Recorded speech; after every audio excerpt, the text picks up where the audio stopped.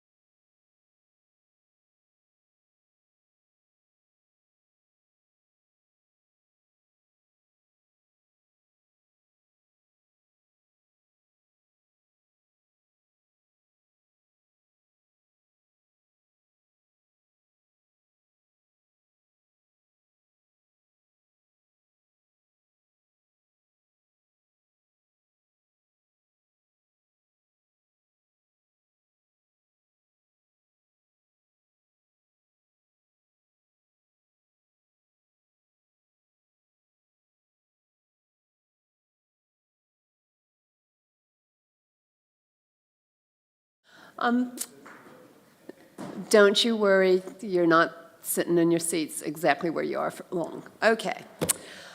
Morena kia ora katoa. Welcome to day 2, looking at the long-term plan. Today is the day about the consultation and engagement. So we have a few apologies.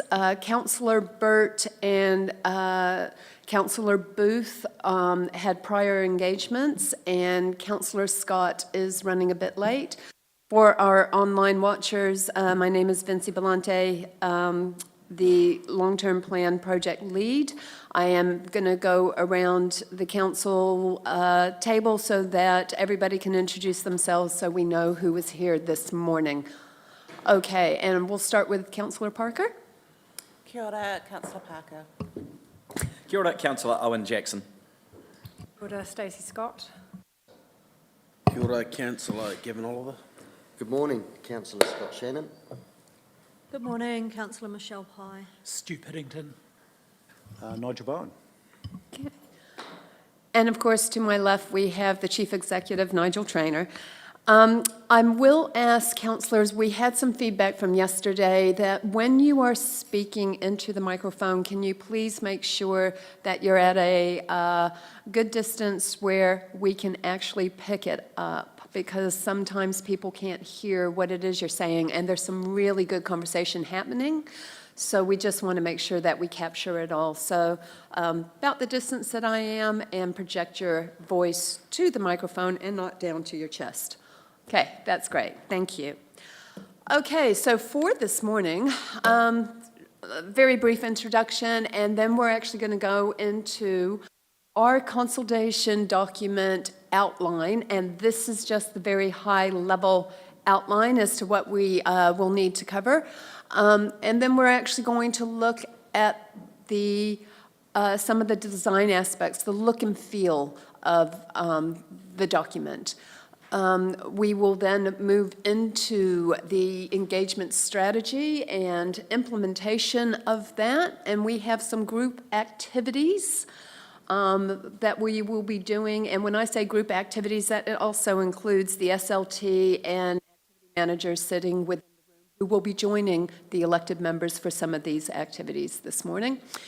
And then we will be looking at the key issue and discussion, what it is that will actually be basing and going out to the community as what are the issues and opportunities, okay? And then time for questions at the end. Now, this may not take the whole of the 5 hours today, really dependent on how much we actually get in our group activities, in that we just want to make sure by the end of the day that we can really define the content of the consultation document, the basis of it, and looking at your ideas for the engagement, what you want to do, who you want to talk to, and the mechanisms that we can actually use, and where your comfort levels are. Okay. So I may actually invite Megan Taylor to come to the table right now, because we're going to talk a wee bit about the design, our front page. We talked about yesterday that we're looking at bougie on a budget, so we're really talking about if we're going to the community with, we're really focusing on the essentials and the core basics and the cutting our cloth, that our theme being it's about balance will also show that we're actually balancing our budget for the long-term plan as well, and putting the money where it really needs to go. And when it comes to our design and our presentation, we're looking for something that's very tasteful, but not over the top or going to look like we've spent a lot of money on just the frivolous stuff when we really need to be focusing on the important stuff like the content and the delivery. So I'll turn over to Megan right now, and she's actually going to talk about some of the design ideas for the outline for the cover. And the essence is that what we want to do is align what we present with the narrative that we're going out to the community with, okay? So here we have, pardon me, we have a scale down the bottom to balance everything out. You'll see down the bottom there where it says insert here, this is where you'll put key issues and things that, are out for consultation. So in the past, last consultation doc, there were things like the stadium, the theatre, climate change, all on the front cover. So that's what we're balancing here. You could have levels of service and things, and because it's your document, that's entirely up to you guys there. We've gone for black and white with pops of colour, and if there are ways that we can add more colour to it, it might be that we have one bucket, there is a blue bucket and a green bucket, bringing it back to TDC. But essentially, it's very basic and trying to find that balance between being creative but also being budget friendly and conscious that that's what the message is that we're putting out to the community. Everything is open for discussion. It's just a mock-up that we've done at the moment just to get our ideas on paper. And we really want you to come up with a tagline there. So it could be voice your opinion. Everyone uses have your say, so we're going to challenge you guys to come up with something that you guys want to have in there.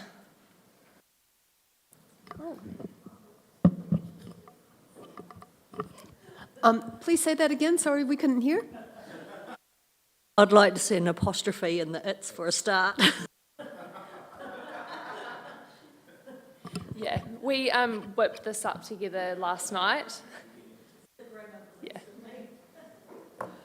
It goes through a few screenings before we actually do that. Yeah. Okay, so I'll have you guys think about what you want that catchphrase to be for getting the community's input and engage. You can use have your say. It's done all around the country. It's worked every time. Are you wanting it right now? Well, let's just park it. I want you to think about it, okay? And we'll get some of those ideas later, because I tend to find that if we actually just plant the seed, it'll be ruminating in the back of your mind and something will just pop up. If you get it at about 2 a.m., don't feel the need to text me, okay? But, and just remember, any of your ideas today, they're just ideas. There's no such thing as a bad idea.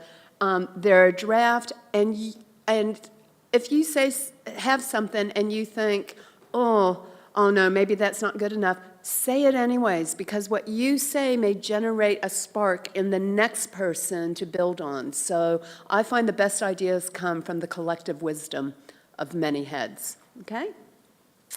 Right, so moving on. So again, we talk about the theme and the tagline of it's about balance, apostrophe in there. What we must include, now this is according to the regulations, okay? So even though we can be creative, we still need to be compliant. So the first thing that they talk about is they talk about identifying what the key issues are. And it's what you think are important to the community, and you also have to consider your significance and engagement policy. And that's where we actually look at, are we actually looking at engagement, empowering? Is it about informing? Is it just about getting some immediate feedback? To what degree do you really want the community's participation in this process? Then we talk about the key matters from the financial strategy and the infrastructure strategy. We don't put the full strategies in the consultation document. We just have a really quick couple of bullet points that come out from both of those documents that we include in there. We talk about the proposals for any changes to our funding system, including changes to our rating system. We haven't identified any significant changes aside from 2 targeted rates that we are looking at adding on for the bid and also to enhance the community board ones for their strategic plans.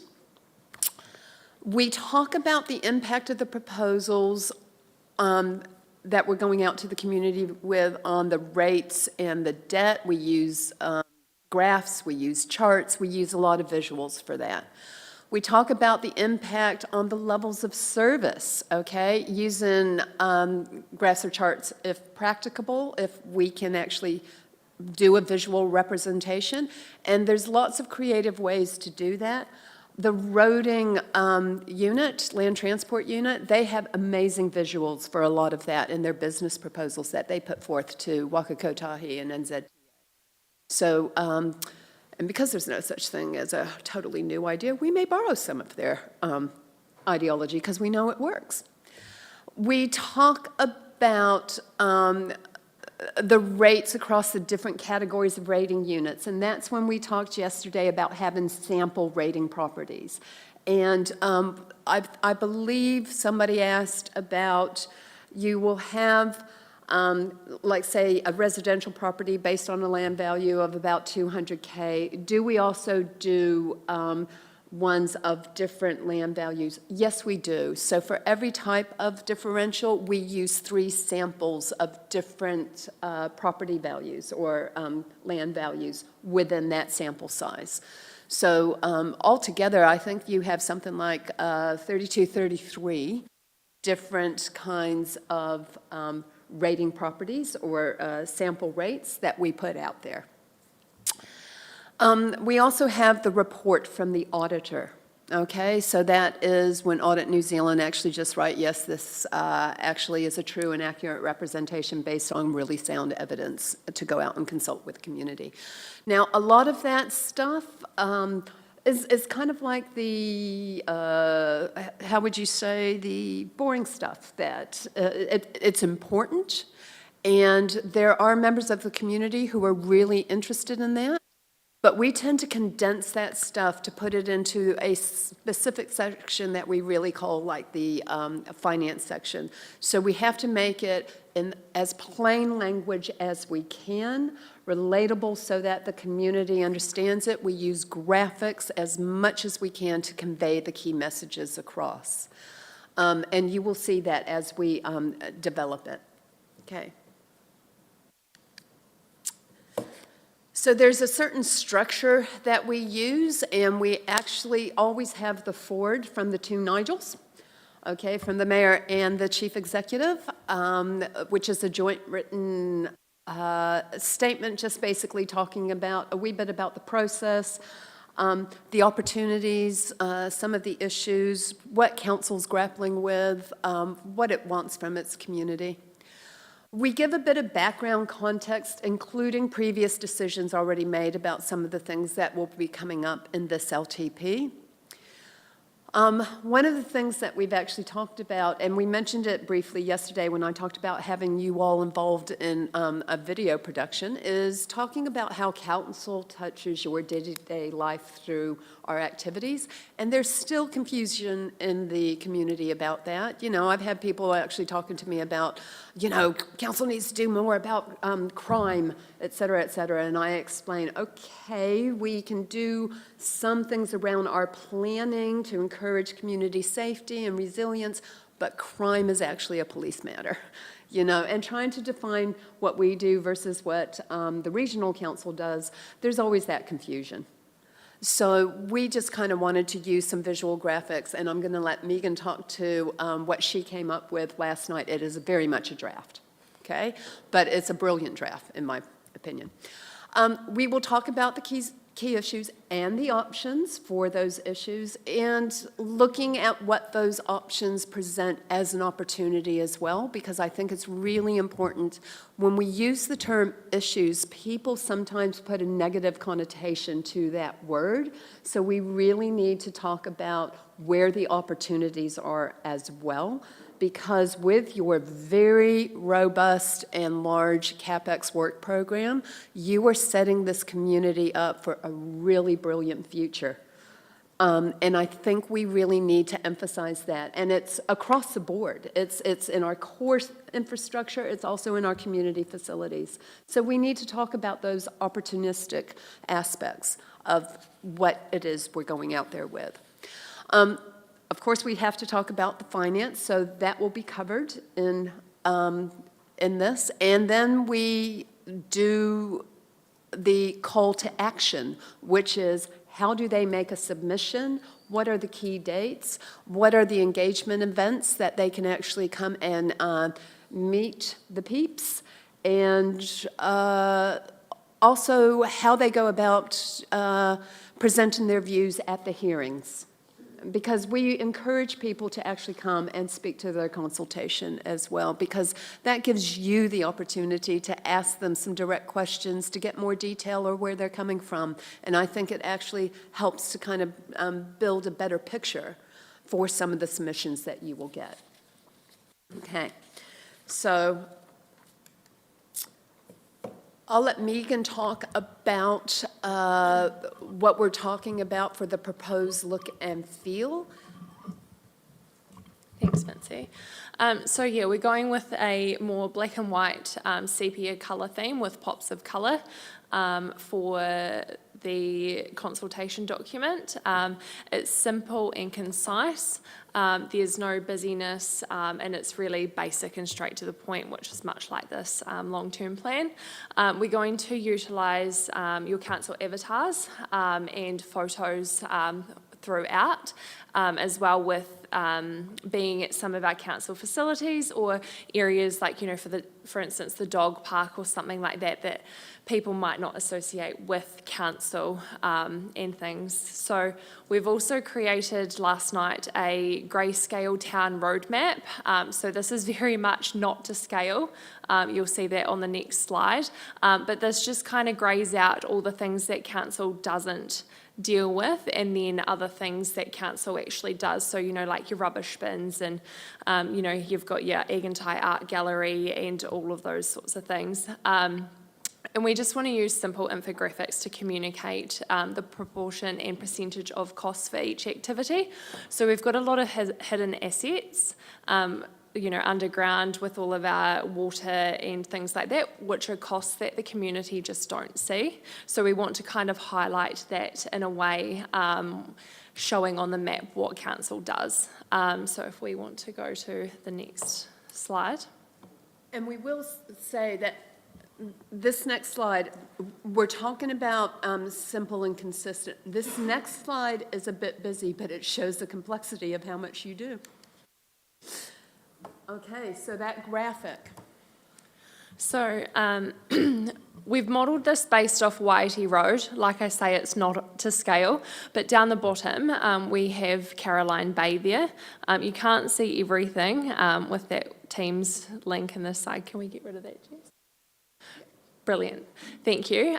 So everything from the shoreline is what council is involved with, which is why we've got the water greyed out. We have rubbish down there. We've got OJ at the Sound Shell performing. We have Sea Play. We've got the Caroline Bay Aquatic Centre there. We come up and we've got public toilets. You'll see the bank is greyed out. Council doesn't have things, you know, directly to do with the banks, but then we've got the theatre, and you'll see we've also got the library, the museum. While we don't have a lot to do with construction of homes, we do have building inspectors that head out there.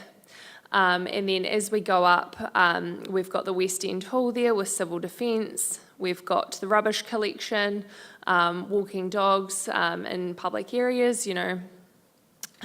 If your dog gets off the lead, that's a council thing. And then we've got the stadium through to the Scenic Reserve and the Claremont Reservoir with the aeroplane heading to the Timaru Airport. So it's just a wee way to sort of explain to everybody what we actually do there. Because we don't do it. It's greyed out. Yeah, and same with the school and the supermarket as well as the rugby stadium here in town. So we've tried to model this off the Timaru area. What you don't see in the corner will be like an AA road map, like the one down in Bluff, where you've got all of our other districts, like Pleasant Point, Cave, Temuka, etc.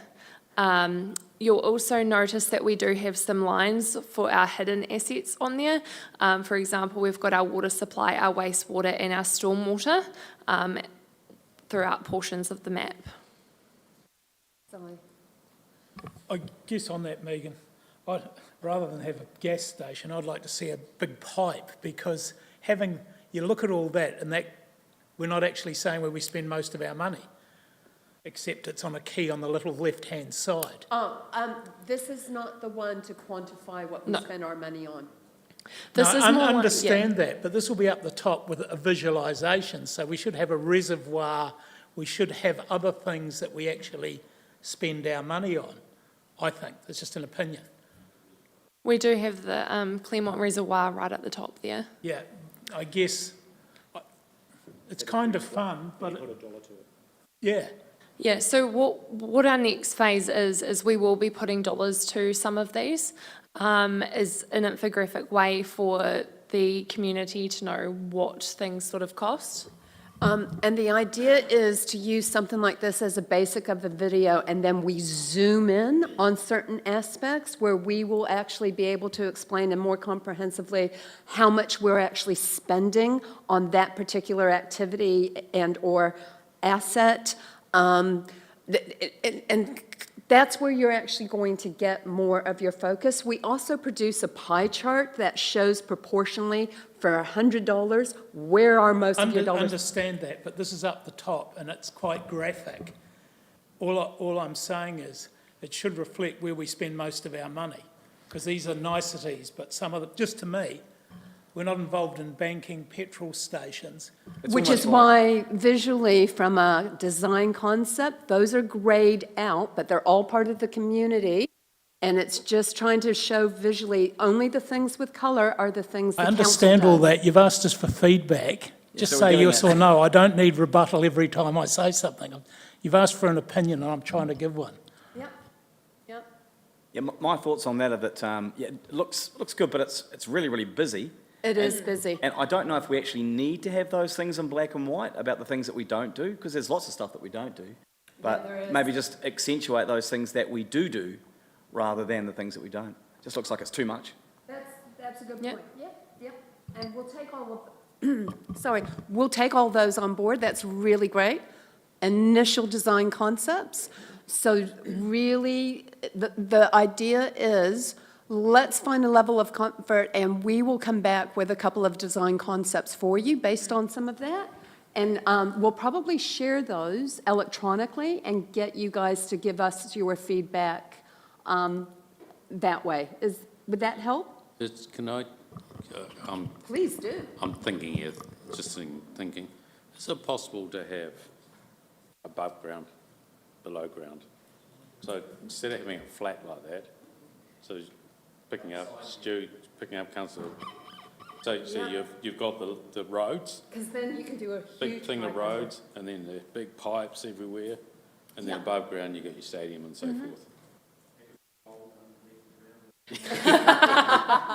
And that's a side profile thing that you're talking about. That's a really good idea. And that can work so well in a video as well, because you can actually zoom Yeah. in and do the profile thing. So really good concepts, yeah. Okay, great. Thank you. Thank you very much. And thank you for working on this late last night, Megan. Okay.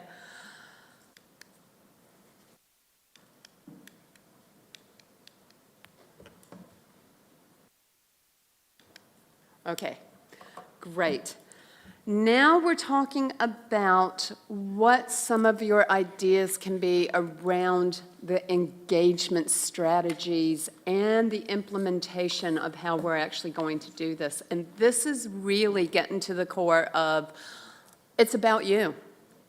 And this is where we're going to get some of the creativity and fun ideas that you guys might have. So there's the core stuff we must do, which is about your public meetings, and we're looking at places where you can actually have those. Now, every council before you uses this methodology. If it ain't broke, we're not going to fix it. So what we find, and Timaru more than most councils, you go out to where the community is, rather than going to a community hall at 7 o'clock on a cold evening, expecting everybody to come to you. So, and I know from experience at other councils that doesn't always work. So you go to where the community is. You've got a list of ideas of, like there's the Saturday markets, there's events, A&P shows, all of those type of things, if there's any coming up. And I believe there is something coming up, is there? In 1 week, in the Winchester one, right, okay, yeah. So we may not have everything ready for that one. We absolutely could have a general just awareness type thing, but it wouldn't be LTP specific, yeah. So we're talking about having the short day in the life video montage, where we're going to spend a couple of days filming you doing different things relating to council services. And it's just everyday things that people do throughout the district, but using you as the example.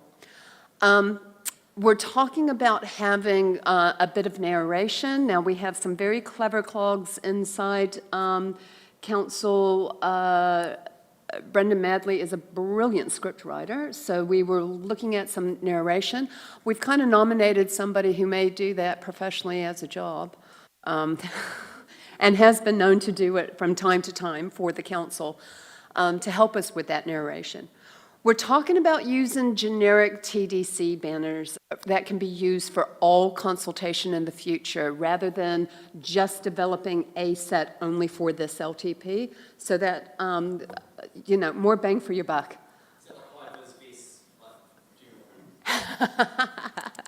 Yeah. Come talk to me, or yeah, let's talk Timaru, all of those things that you've had before. But even things like the teardrop banners and the pull-up banners, or just signage to actually identify that for future events that other units can use and other consultations that you have, because you have consultations much wider than just the LTP. This is your largest, but even for district plan or roading initiatives or future annual plans. So we want to kind of build up the reservoir of our stock of really good generic collateral we can use over and over, okay? That's about the bang for the buck, yep. We're talking about visiting schools and other centers where people of the community may be at. For instance, senior citizen centers or clubs, yeah, clubs. Quite often, if you want to actually reach, like I know in other communities, if we actually wanted to talk to Pacifica, we often went to church events that they might have, where they would have like a barbecue or a hungy or something like that, and that we were just there. And that's now bringing me to our group activity that we're actually going to get started on. So, Sorry, just a couple of questions on that. sure. In terms of engagement, do we look at other councils that are far more successful in engaging and see how they did it, whether it was issue-based or they had something clever? Because I accept all that, but it's run-of-the-mill what we do every time. So I'm looking to increase our engagement, and have we looked at councils that are successful at doing that?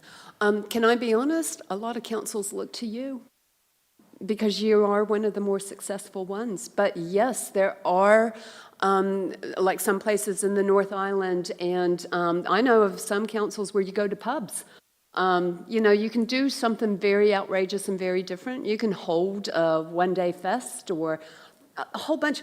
We are open to any ideas you may have. So rather than put it on officers that we come up with the ideas for everything for you to do, let's work together and come up with where you guys think, where your comfort levels are.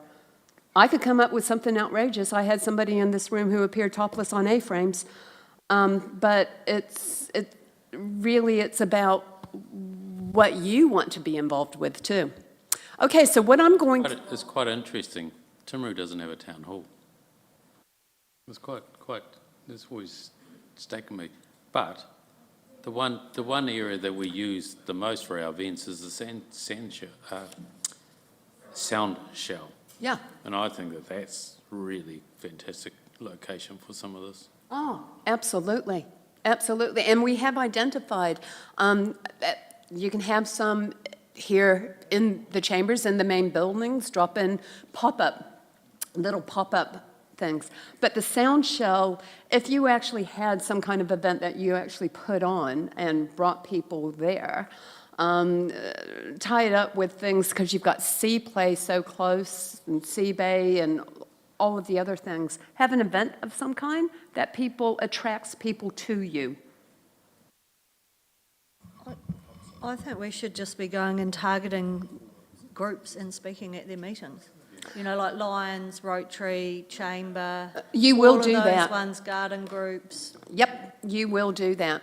And that's what, as Councillor Pittenden said, is pretty stock standard. So I love the idea you want to do something different.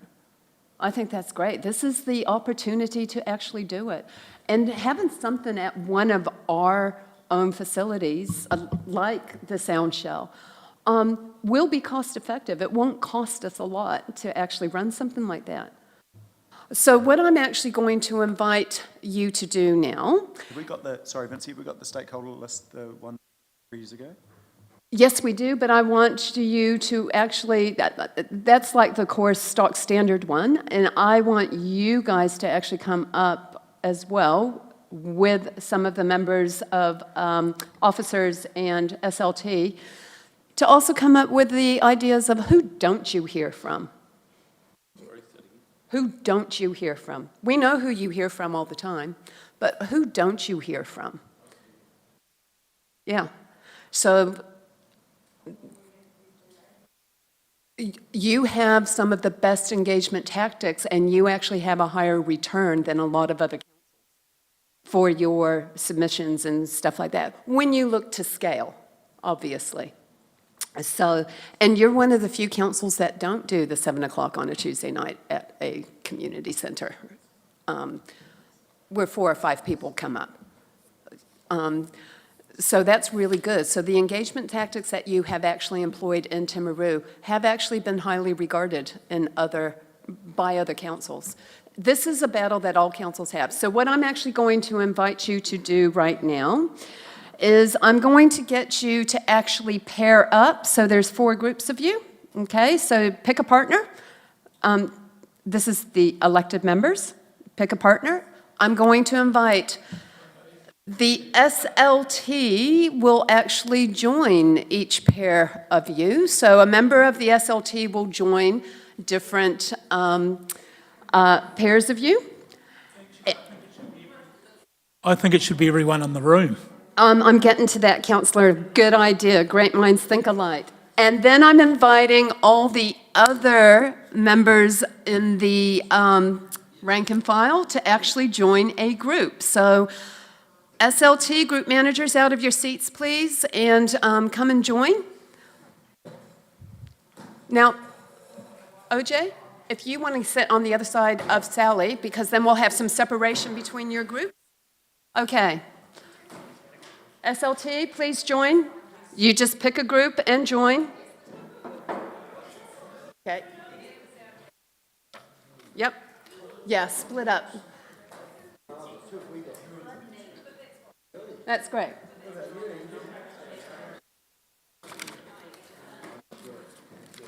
Mr. Dorn, would you like to join, please?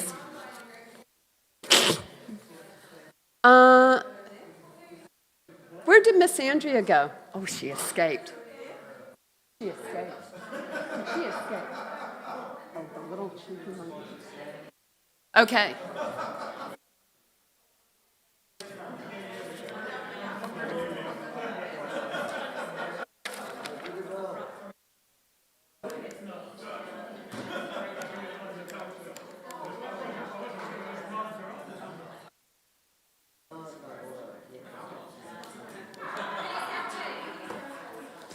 Okay.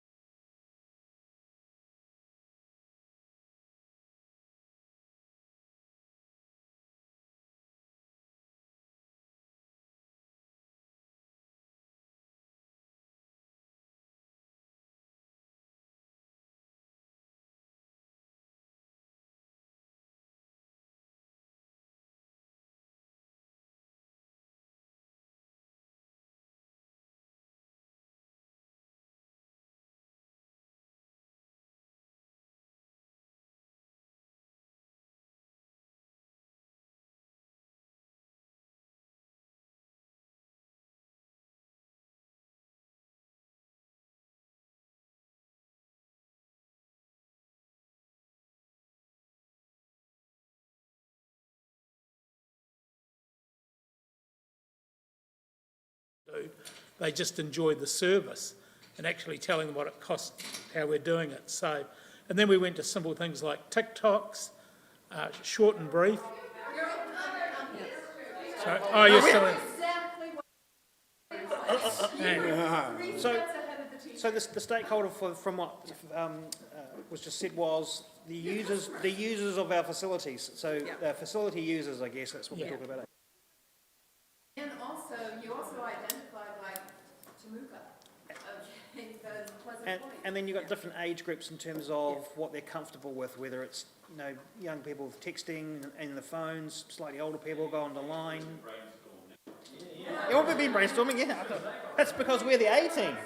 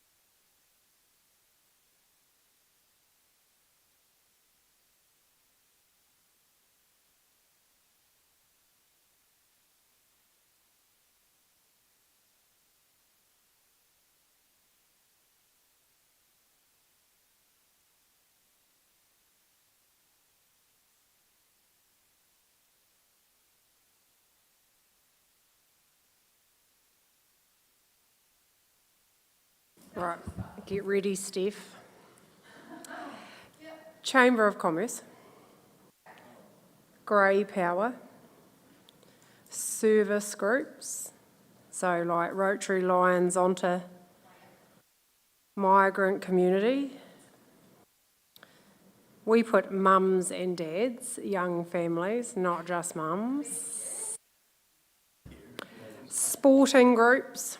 Oh, you've got that, sporting clubs. And then obviously we had our Point, Temuka, Geraldine, Winchester Cave communities. Pariora. Ratepayer Association, you've got that one. Iwi. Government departments.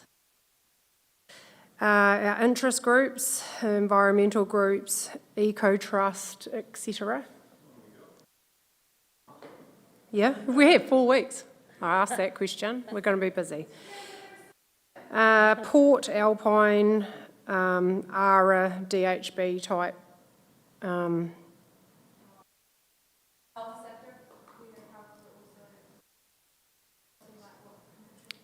Yeah. And then we've got our social services like Presbyterian Support Salvation Army.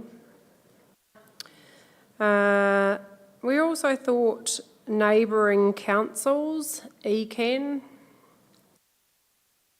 our funders, so South Mid Canterbury Trust Aoraki, youth engagement, extremely important. You've got that up there. And then larger companies like our DBs, Juice Products, Alliance, Frontiers, McCain's could be a good opportunity to talk to our large industries. Yeah, or manufacturing probably. And then we got really crazy and we thought tanker drivers and hairdressers because they talk to everybody. Thank you. So, yeah, we really started to think outside the square.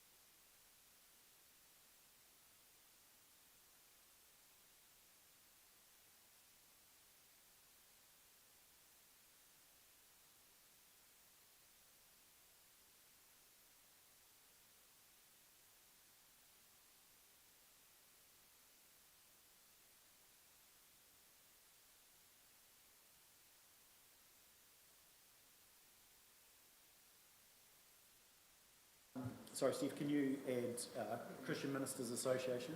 Because they actually do then go out on Sunday and preach our message.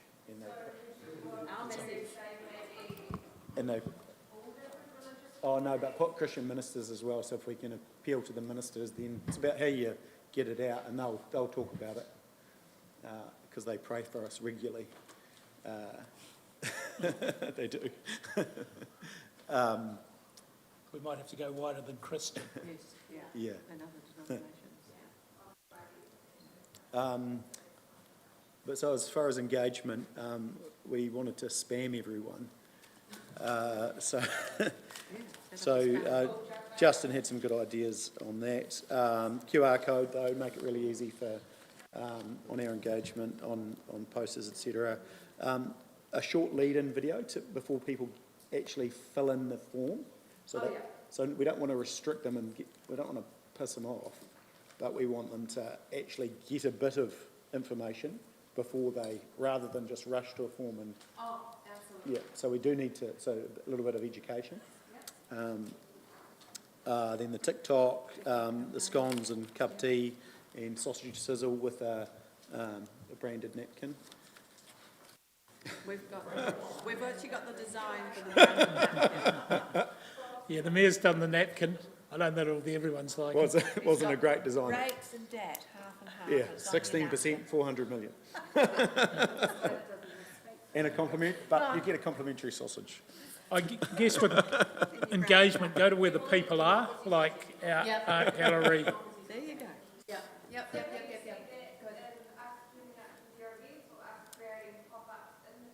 Pop-ups in there, because the people are already going there, but advertise the time. And just with engagement, I wondered if there was a rates demand or anything like that in the time period.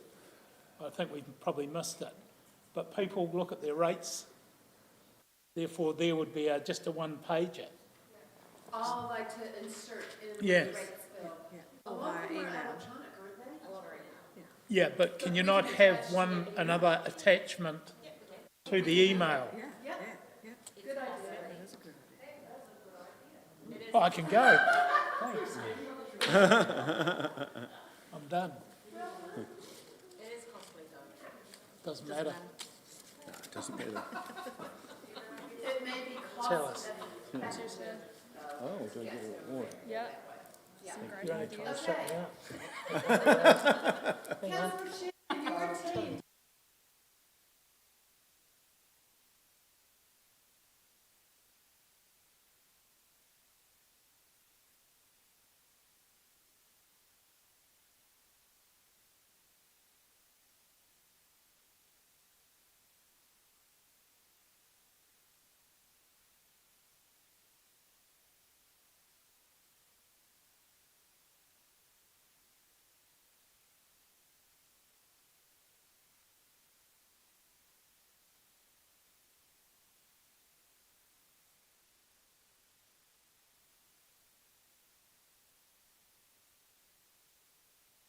At schools for, boards and staff members, at facilities, facility users,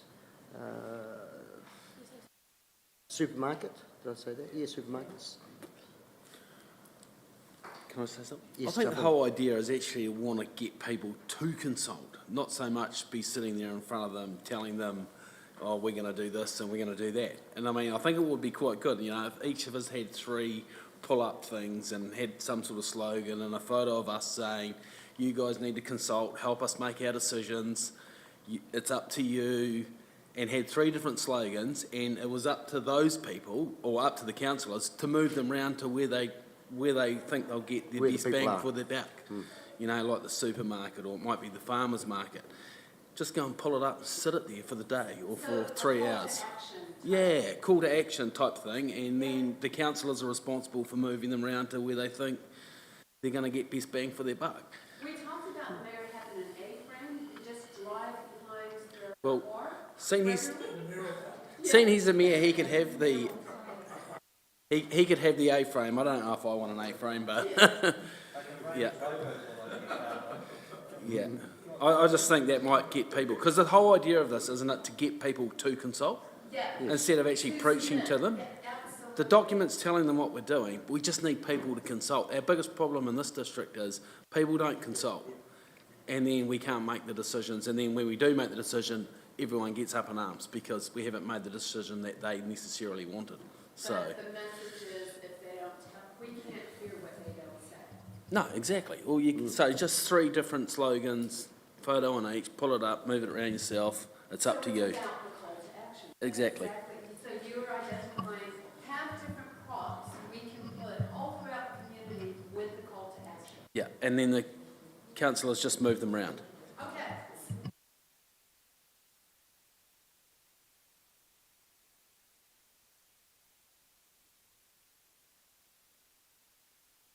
We did just, we did talk about we'll get a couple of front pages that tow the concrete mixer, go back to towing the concrete mixer, and it's about infrastructure, so it's about focusing on that core capital Yeah, investment. concrete mixer.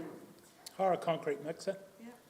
You want to get in the news somehow. You want some really interesting news bites.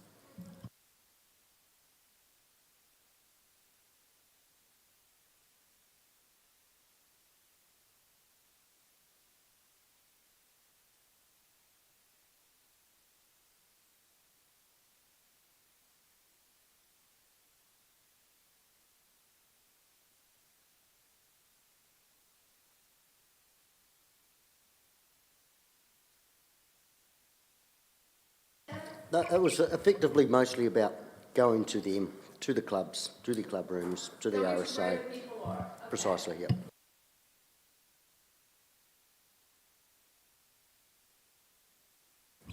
We might go from hero to zero on this because we didn't really cover it. But Michelle thought about podcasts with Stephen as well, you know, weekly podcasts on issues. Apparently people listen to those. So that's good. We think we do need to hold public meetings on key priority topics down at our Caroline Bay Hall, which is our town hall, Mr. CEO, and even My Way vans, because they are really effective. So we'd probably need to check because they did change their rules a little bit, but you know, they go everywhere. So, you know, thinking about that, and it is a cost-effective way to promote what we're talking about. And then Michelle came up with which I really like too, is a bit of a slogan like, join the conversation. I like that. So I was going to take the glory on that, but I didn't. Oh, yeah. Yeah. Yeah. My idea didn't make the paper. Oh, sorry. I think one of the, if you want to get to families, you've got to find a way of actually getting the kids entertained while you're talking to parents. So, you know, if you had some sort of down at sea play, if you enhance that even further with some blow up castles and give out some balloons and some candy floss, well, whatever. If you do that sort of stuff and then the parents can engage, I think you would find it'd be quite popular. So that's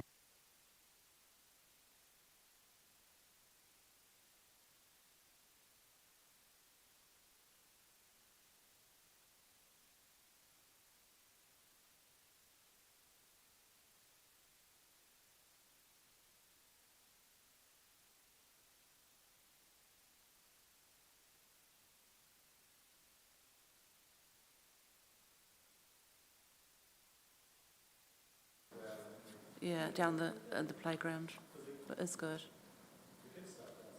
Yeah. But this is using the kids to actually get to the parents. Mm-hmm.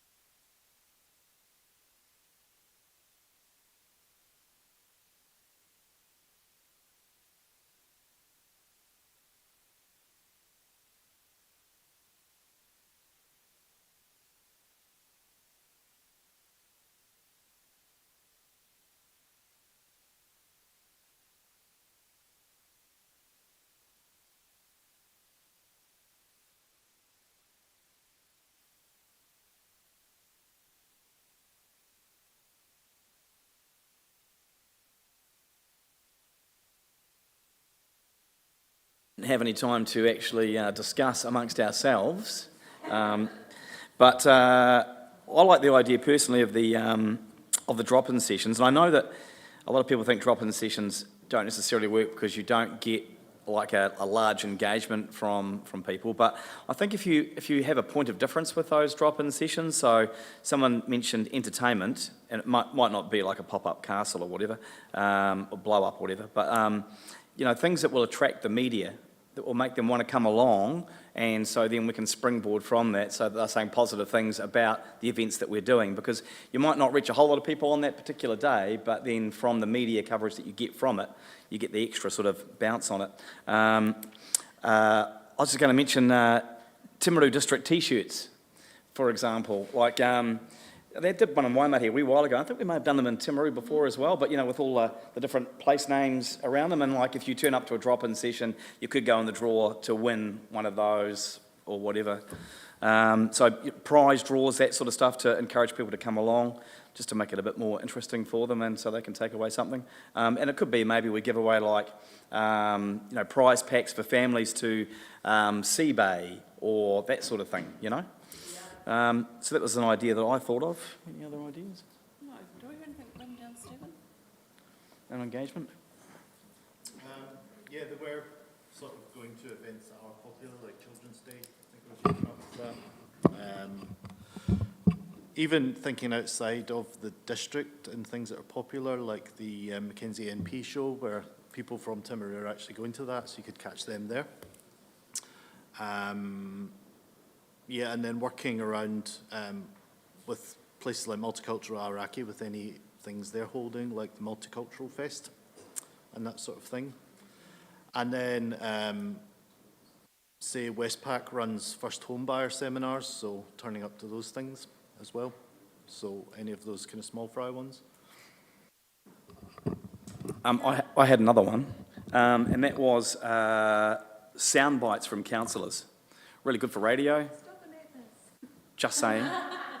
But like, you know, like a 30-second donut that has, for example, the slogan, whatever the slogan is, coming into it, maybe a wee music bed underneath and a wee outro, and then just fill it up with, you know, a councillor saying in the middle of it somewhere about a particular part of the long-term plan. Package it up quite nicely like that, and that also takes away the whole fear of doing something like live. You know, if it's recorded and it's edited and yeah. Thought that was quite a good idea, and I like the idea of short videos too, I think, to outline some of the issues. I don't know where you'd play them, whether it be TikTok. I'm not au fait with TikTok, but, you know, Facebook or whatever. Reels. Pretty good engagement on Facebook. We did videos last time, didn't we, Stephen? Yeah. And that was good.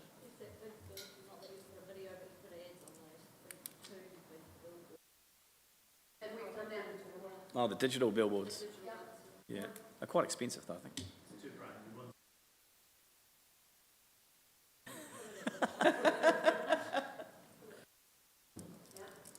This gentleman here has been on those billboards.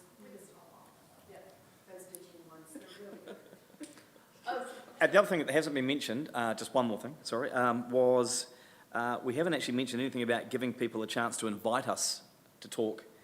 So do we have some sort of campaign? Yeah, we do. We would tell people, hey, look, if you want to find out more about the long-term plan, then get in touch. We'll send a councillor to come and have a chat. Yeah. Send us I think that you can actually make that as, we'll come to you. Maybe. I don't know if that'd be a prize for some people.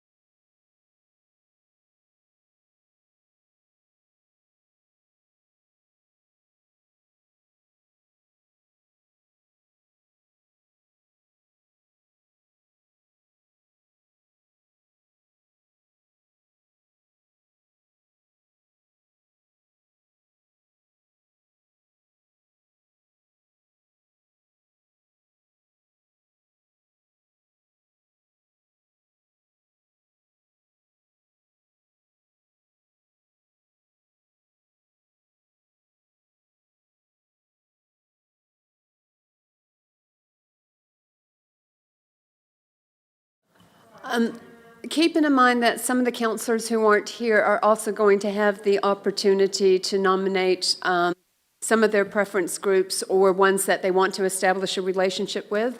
And I'm not saying that you're going to get all three of your favorites, because we are going to mix it up, but we will try to come up with a schedule of different particular target groups, events, and what have you, because we're going to start sending out invitations. And the idea of invite a counselor to come and speak, loving that idea.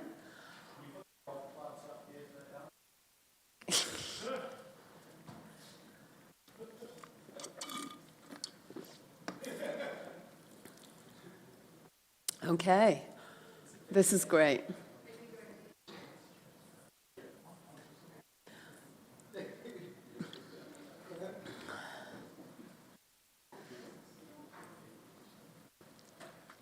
Okay. Thank you very much, counselors. So our process from here, we will make contact with a lot of these groups in the next few weeks and then come up with a schedule for you. A lot of it will be dependent on when you're available in your diaries, et cetera, et cetera. Also, some of the ideas that you came up with around like a family-focused event, we'll start looking at some potential dates for that and come up and try and flesh out those ideas a wee bit more so that we can actually present to you kind of like a menu of events and groups, evenings, days, what have you. And a lot of it, I understand that many of you have your own full-time positions that you do, so it will be dependent on availability, and we accept that. And there may be times that you have to step in for somebody else. So thank you very much for having taken part in that. Okay. So now we actually kind of get, this is still working with the two of you.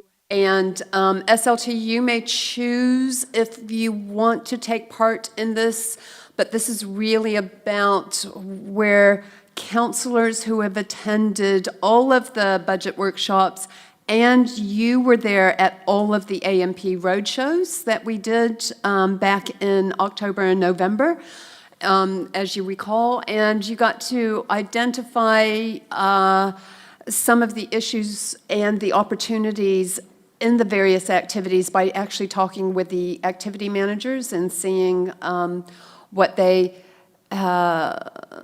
actually are dealing with, facing, and concerned about. And I think some of them also took the opportunity while you were there to actually talk about some of their exciting projects as well.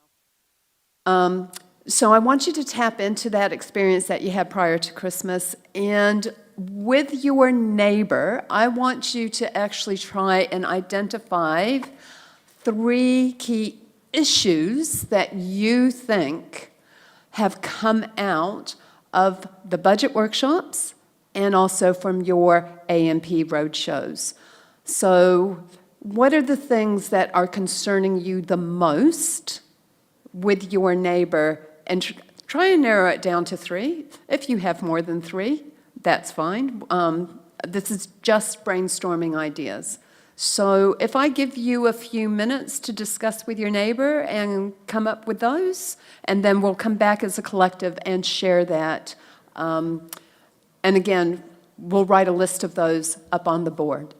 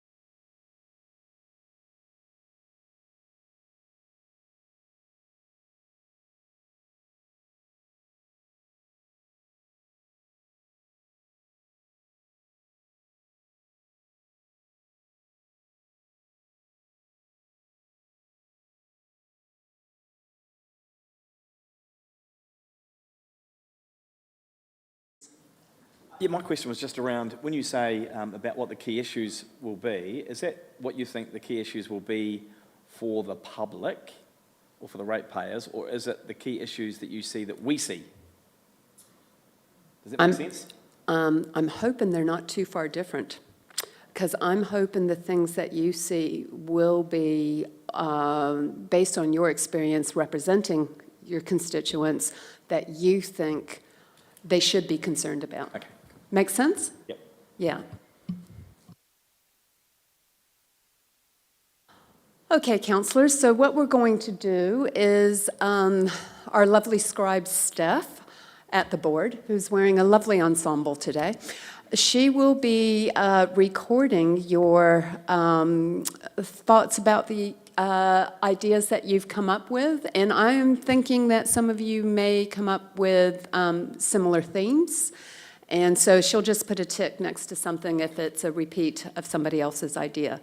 So rather than starting with the mayor again, because he's always first and the pressure's on you, we'll go one step over. So the pressure's now on Councillor Shannon and Councillor Oliver. So you can talk first about what you've identified with.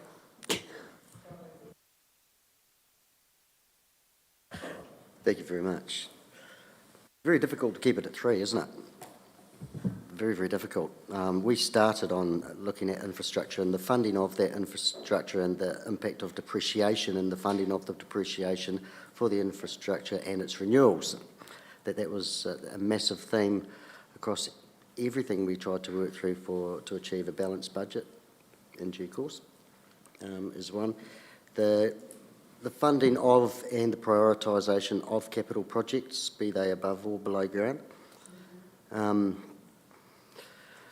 Revenue, the challenges with revenue there, including government funding, grants and subsidies, and the inflationary pressures on debt, council-specific inflation on the things that we do, not a basket of goods as such. They encompass a lot of things, don't they?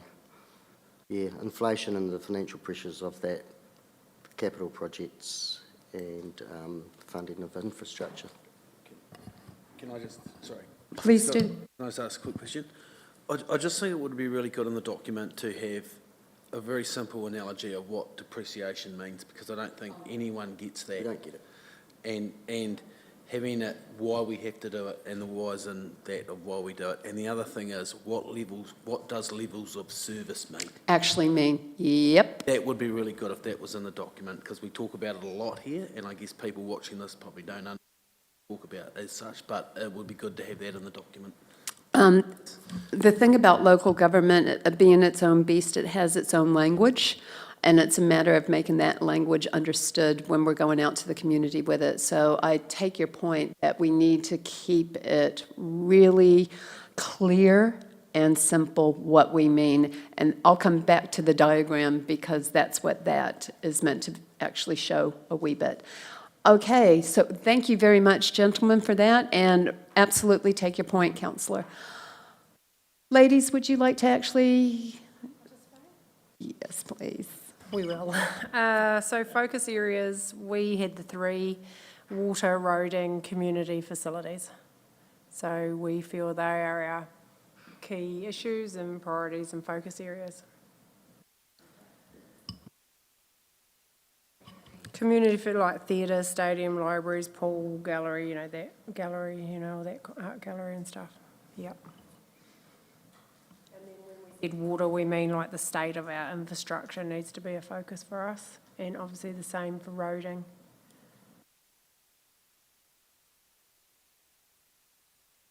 Which ties in very well to what was up above as well. Yeah. Thank you.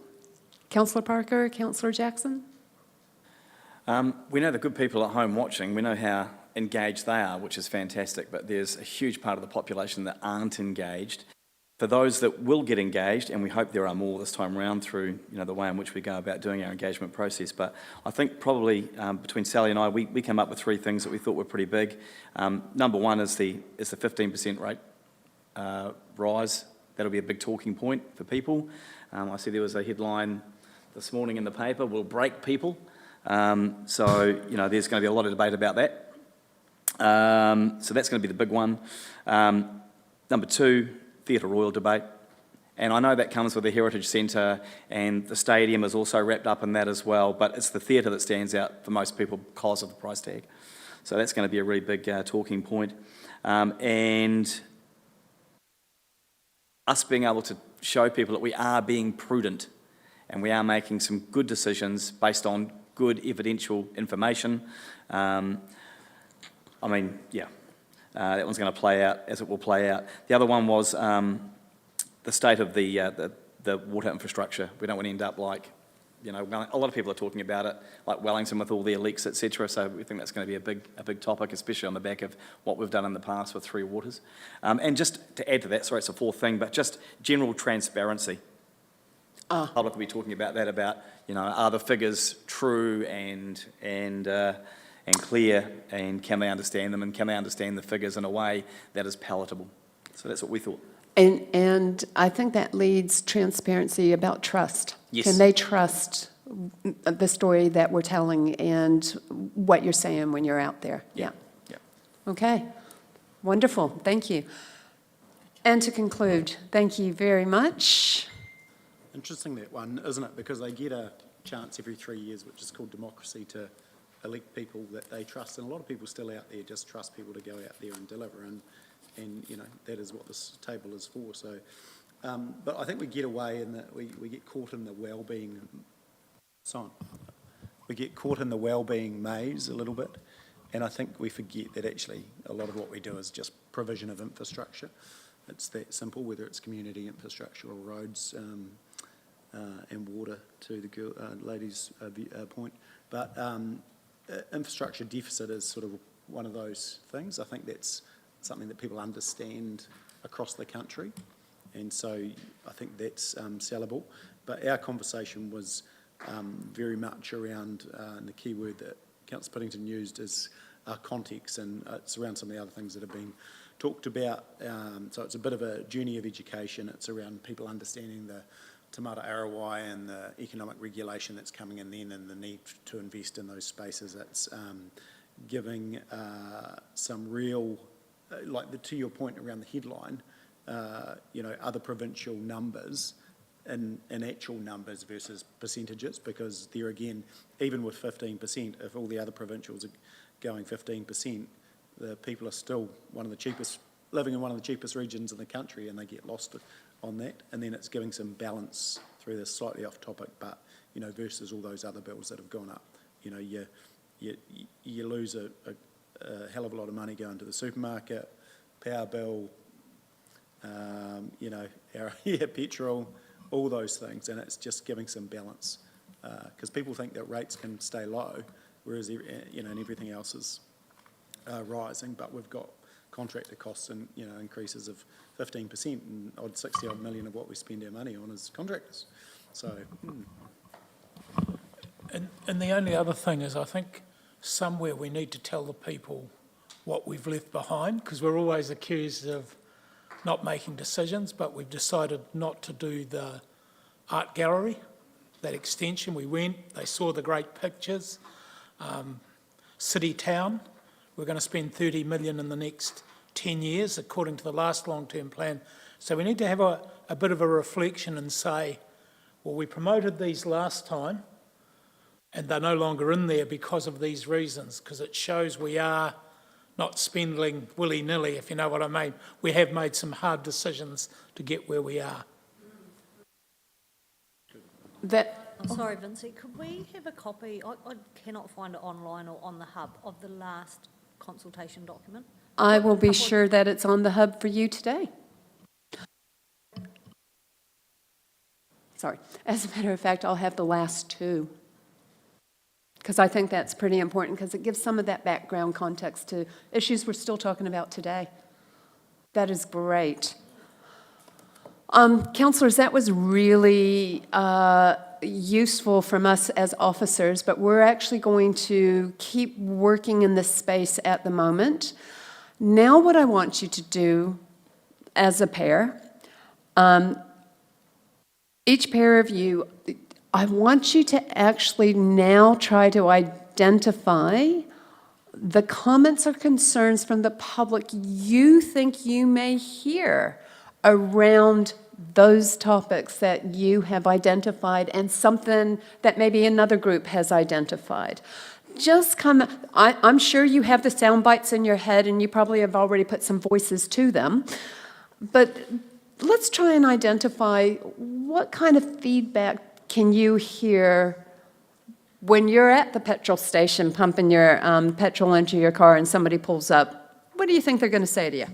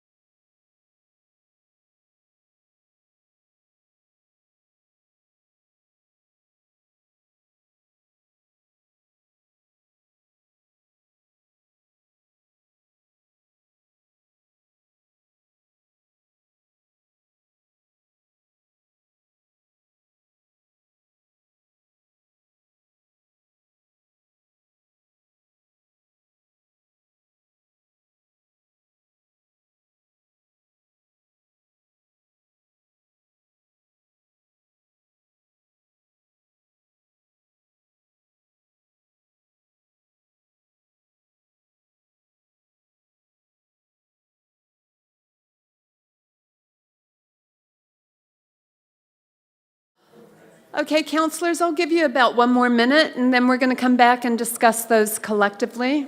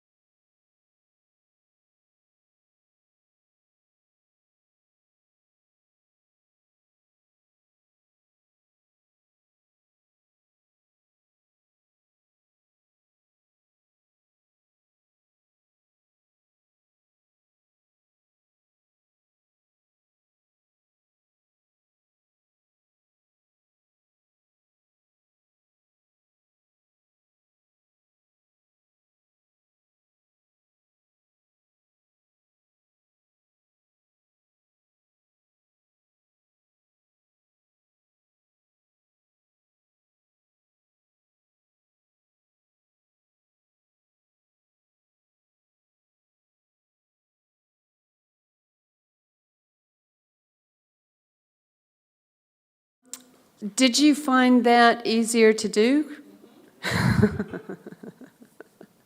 I'm saying that you probably get a lot of those comments in your everyday life anyway. Okay, so this time we're actually going to start with Councillor Scott and Councillor Pye to kick off the conversation of what are the kind of comments you think you are going to hear? So we had, we'll start at the bottom with the community facilities, obviously around the theatre, anything from it's a waste of money, kidding, stop the madness, to get on with it, every town deserves a theatre, so one extreme to the other. Roading, people forget when roads are good because they don't notice it, so you only ever get bad feedback on the roads, potholes everywhere, roads are rubbish kind of narrative. And the water, mainly from the rural communities that have been on boil water notices for long times, but generally you don't hear a lot of feedback on the water because people take it for granted. Yeah.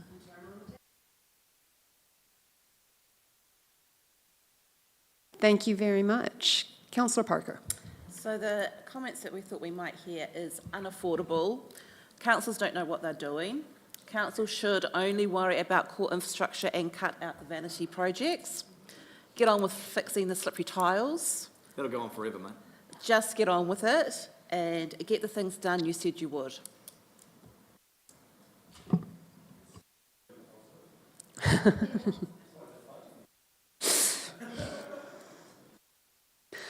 Okay, thank you for that. Your Worship. Before we got distracted and went on a tangent, we were mainly basically the headlines today, the 15%, 39 in 3 years. It'll be all about the money. Okay, so affordability and just the rate increase, okay, which we have up there. Gentlemen. Actually, on that, because Could you turn the mic towards you? Sorry. it's the opportunity cost of $1, isn't it? So the problem is if we don't spend it now, what is the flow-on effect? And we're seeing that in Wellington. And You pay for it later. Yeah, and that's, the key narrative that we've got to be talking about is what does it buy you today rather than fixing it later? And if we don't do some of this investment, well then it's going to cost future generations a hell of a lot more. Absolutely agree. OJ and I were talking about, can we afford it? But what we can't, what was it? Like, Can we afford not to? yeah, can we It was, can we afford it and can we afford not to do it? So, And one of the things I think people underestimate when we say, okay, we're not going to replace or do a particular CapEx thing, to actually keep it operational, your OpEx goes up, and in the end, you still have to fix that thing. So overall, you spend more money on it because you've been sweating it out with the extra OpEx costs, plus the costs increase when you do actually get to the stage where you fix it, which is where we're at with a lot of our water, quite frankly. And part of the challenge for this too is going to be, people are going to say, well, what do you know today that you didn't know yesterday? And that's going to be, something we're going to have to get our heads around. It's like, well, why 3 years ago didn't you have, $300 million worth of water in your, LTP? So.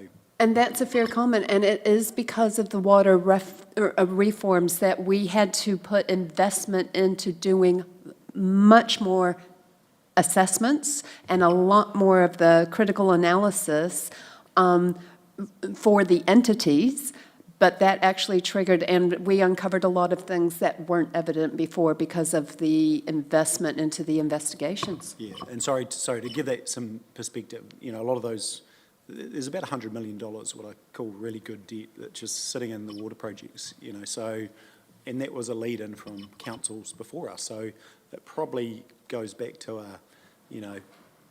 almost 10 years ago where it was identified, and this is, the flow-through is actually now, a lot of that planning's been done, and this is actually, where the rubber hits the road, and so, we've got to be careful that we don't blame those that came before us, because if you look at Downlands, that was a 10-year project to get a lot of that water infrastructure, in place. And to recognise also, I know that there's a lot of conversation from some councillors about the increased debt, but it's because the last 2 or 3 councils have focused on improving the infrastructure and doing some of that overdue work. So these costs have gone up over the last 2 or 3 terms of council. They're at a particular high now because of the culmination of a lot of things. And I think that goes back to the original purpose of, councils was to, to do infrastructure basically, and that's where people don't compare ourselves. But actually, one of our closest comparative would be utility companies that are providing lines and those sorts of things. But, and that's the reality of the core that we do, but it's not the way we sell ourselves. So we need to get back to basics, and that, partly goes to the change in the Act, whether you like it or not, but they pulled infrastructure out of the Act, and you throw the 4 wellbeings in, and that's where you end up in quite a fluffy situation where, the likes of, various councils have focused on the fluff and not the infrastructure. To be fair, a lot of your infrastructure addresses those 4 well-beings. So it's a matter of building that narrative to explain to people, because first and foremost, councils were established to protect public health, and that is through safe water and looking at amenities. But the problem with the well-beings, it can take you anywhere, whereas the word infrastructure, we understand that. Exactly, okay.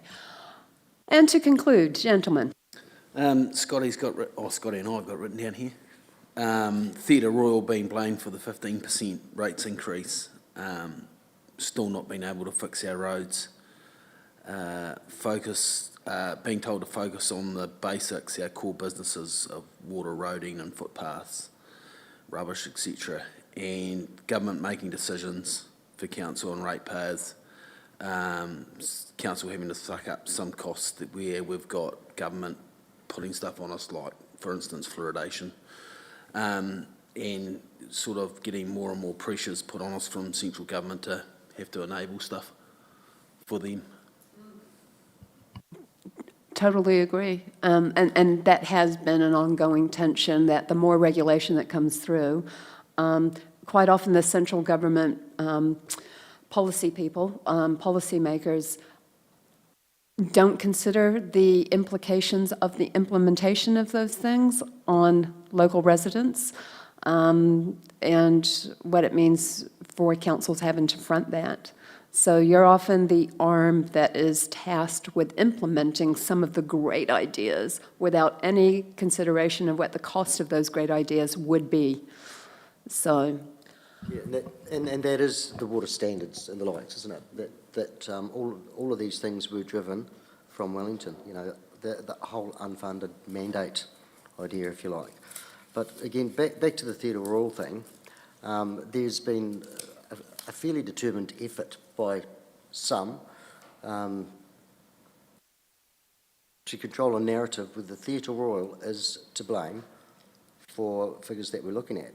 And we're going to hear that until that narrative changes, that it is just a theatre. There's no mention of the museum and the other aspects of it and potentially what it can do for the community. But at this stage, the narrative is get rid of the theatre and our rates will miraculously be lovely and affordable. And we need to get it across that that is not the case. And I think we highlighted that yesterday when we actually presented a budget model when we took community facilities out. It actually didn't change a lot of your rates because your rates are based a lot on the everyday OPEX, which is quite high, and also paying the interest and the depreciation. And when you're borrowing for large ticket items, that doesn't impact your rates to the same degree. So a very small percentage of your rates, year in, year out, are actually attributed to your big capital project items because they are spread over sometimes the life of the asset, but usually 25 to 30 years with intergenerational equity. And that's a concept that's really difficult to explain because and it's easy to pick on one-line items like the theater or the stadium or the art gallery. Whereas with, for instance, in our water infrastructure where we're spending far more money, there's multiple lines and it's hard to kind of distinguish one or two things. And the renewals program is extensive.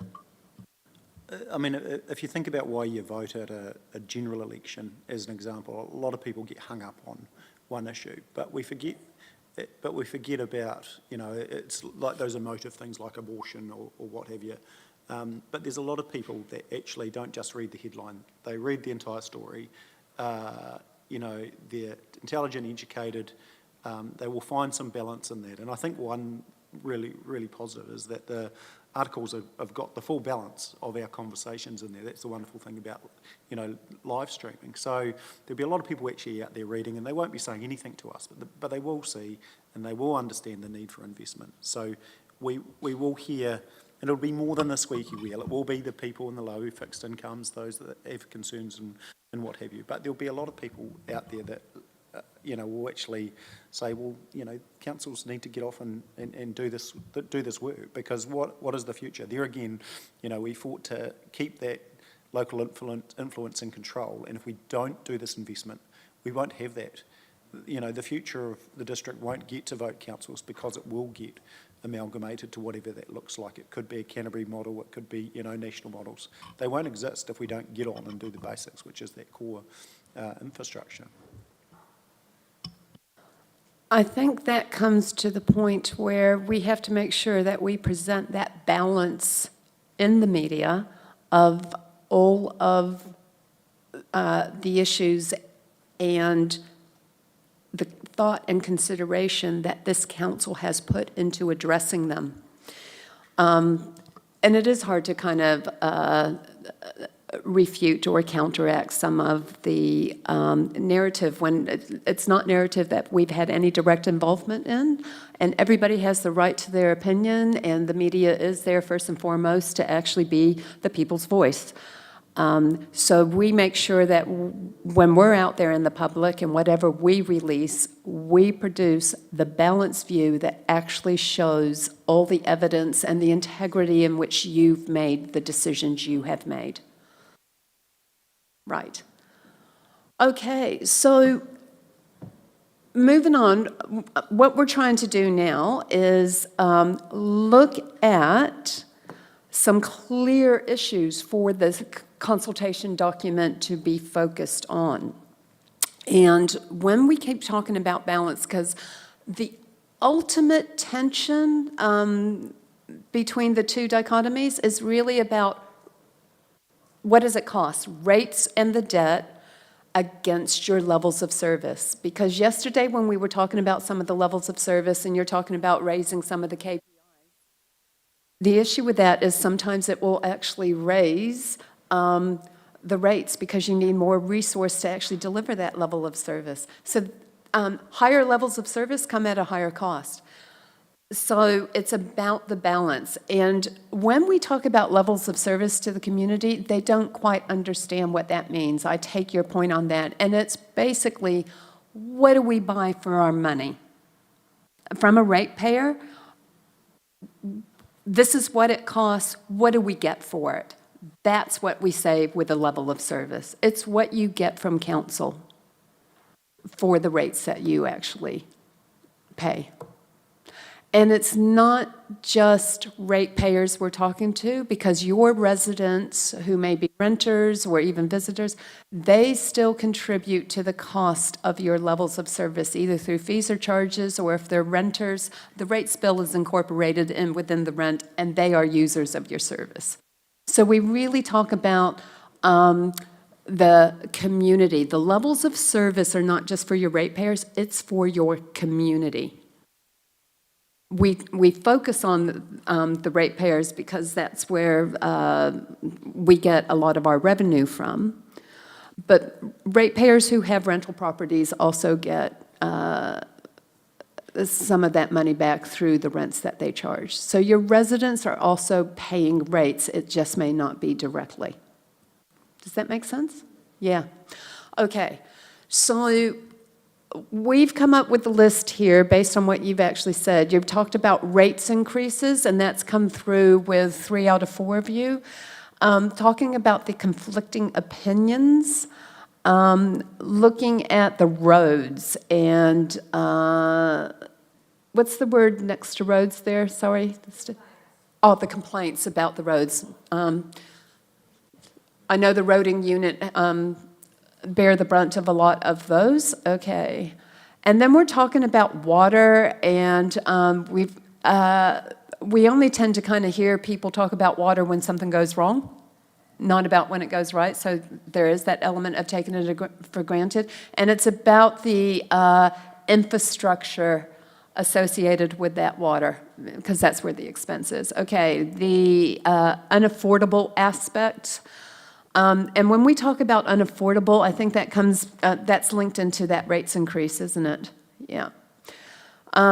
Get on with it. And then you're going to have your 2 camps.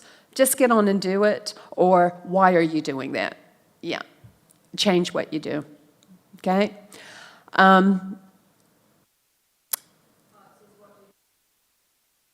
I was going to say that was about what have we learned? What have we learned since the last LTP? And we've learned a lot. And we have to share that newfound knowledge. And we've talked about this, that the theater is blamed for the bulks of the rates increase when that's not the reality when you work out how rates are calculated. Okay. Focus on the basics, which is water, roads, and rubbish, okay? And then we go, I'm sorry, Steph, I can't read that from here.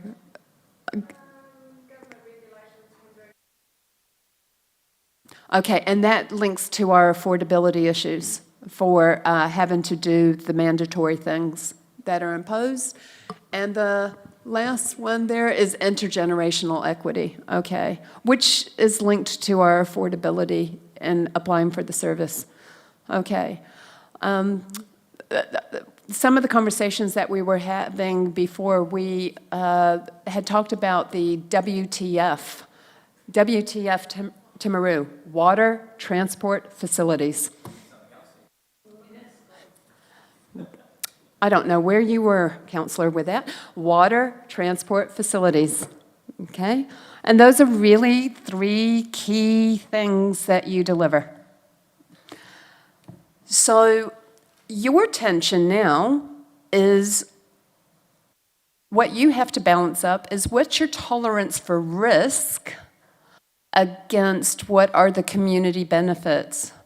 So what do we lose as a council, be it credibility, trust, or being able to deliver certain things, but what benefits do the community get from the decisions that you are actually making? So for their increased rates, we can say what tangible things do they get, as in a new theater, a new stadium, safe water, but how does that benefit them? Okay.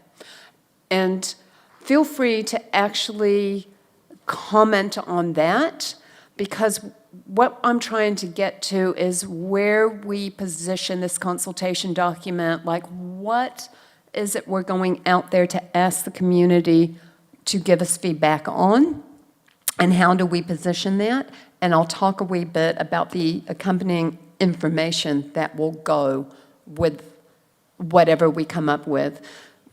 Rates and affordability is obviously a big issue that's actually come up. The competing priorities between the things like water and roading with some of our community facilities. That tension is actually up there. And getting on with it, which is a very common thing that we actually are talking about. So I heard you saying over there something about resiliency. Would you like to comment about that? Well, we're making the improvements with our waters will increase and ensure community resiliency. So, so when you flush the toilet will flush. When you turn the tap on, it will work. It builds resiliency for our industrial area at Washdyke, for primary production, so economic well-being, lots of aspects of day-to-day life. So that's where I was coming from. Thank you. Anybody else like to add to that? I probably just think we're putting our head in the sand. If we think the rest of the country is talking about double-digit rate rises, it is what it is. And if we think we're not going to do that, we're just doing what we've talked about councils before us, and I don't mean the preceding one, I mean many, many years ago, who just didn't pay for their share and put the burden on future generations. Yeah. And not, defending councils from 30 years ago, because it's, it is a historic thing. But governance is served with the information that's presented, and I think it was just the way councils delivered, the mentality, even at the engineer was sweat the asset, and, and the world has changed. So it's not specifically around, to your point, it's not necessarily around blame, it's just painting our history. We're here, and how do we move forward? But yeah, just get the head out of the sand. Yeah, I was just going to say, Yeah, we're not going to solve any problems if we're just kicking the can down the road again. If we think that we can just go, let's have rates at 5% or 7% or whatever's palatable and affordable, we're just going to dig ourselves into a bigger hole. I agree. That's what I was going to add to that, was we do no one any favours by having low. The cost of living, the cost of delivering services has increased significantly over the last 3 to 4 years, and I think you said the other day, Vincey, we have to be brave, and unfortunately, a few years ago we weren't brave, and so we're paying the consequences for it now, and so we have that challenge of upping the game, unfortunately. I, from my layperson's point of view, from living outside the district and having seen what's gone on before, I would say the last couple of councils have been braver, but it's requiring you to have even more courage to make the harder decisions, because the issues are far more complex because we know more about them. So it requires more courage to face a deeper issue. I just wonder whether some of the discussion needs to centre around, while we can look at the expenses in terms of our staffing and our other costs, yes, they can probably be reduced, but they can't be reduced to the full effect of the deficit we're facing at the moment. Now, that deficit is due to revaluing our assets. So if you look at the 22-23 annual report, there was a part revaluation done of our water. What happened? We ran a $16 million deficit. Now that $16 million increase in depreciation is filtering through into this one, and we've got it down a bit, but that's really the conversation. Now, we have to work out how do we actually have that conversation with the public so they can, like you said earlier, the understanding of the depreciation, that it's actually about replacing assets. And we know that we're going to have to replace those assets, particularly water. Just in the last 2 weeks, we've had 2 instances. One of the schools got closed for a day because the water main burst. We've also got Pleasant Point, something's burst out there. We've got our Geraldine that we're going to bring forward. So there's a whole bunch of things with water that need to be sorted. And we're now in the position to actually sort that as a community. And we've got to really have that conversation. How do you want that sorted? And I think your stadiums and your theatres, I think they're a sideshow that are so visible to us all. so they become the focal point. We've got to shift the focus to that water, the three waters. And somehow we've got to get that conversation going. Interesting, Michelle, you made the comment around what is affordable, and it's such an interesting word because it's so emotive and it's perspective based on an individual in making what is affordable. Yeah, you're totally in their position on what they think is, a basic need, and I think, and the reality is we have numbers done around living wage and all those sort of things, so there will be some factual data out there on what exactly is affordable with a basket of goods.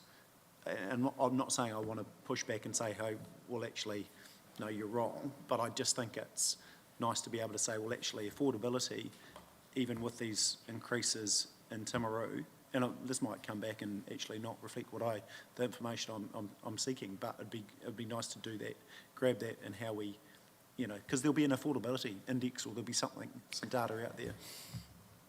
In the consultation documents, we do have like a shopping list of your CPI things, like how much it costs for a week for groceries, how much it costs for a week for insurance, how much it costs for things like your petrol, et cetera, and we put how much it costs a week for your rates in that mix. So we actually have some kind of a basis of comparison to show the real costs in monetary terms, in dollars, not percentage, in dollars, for what it costs each week for an average household.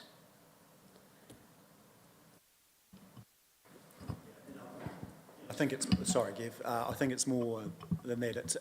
And I'm assuming it'll probably line up to some extent or similar to, where we stand, well, may and may not, but, on the provincial rates, as an example towards the low end, but we'll be able to,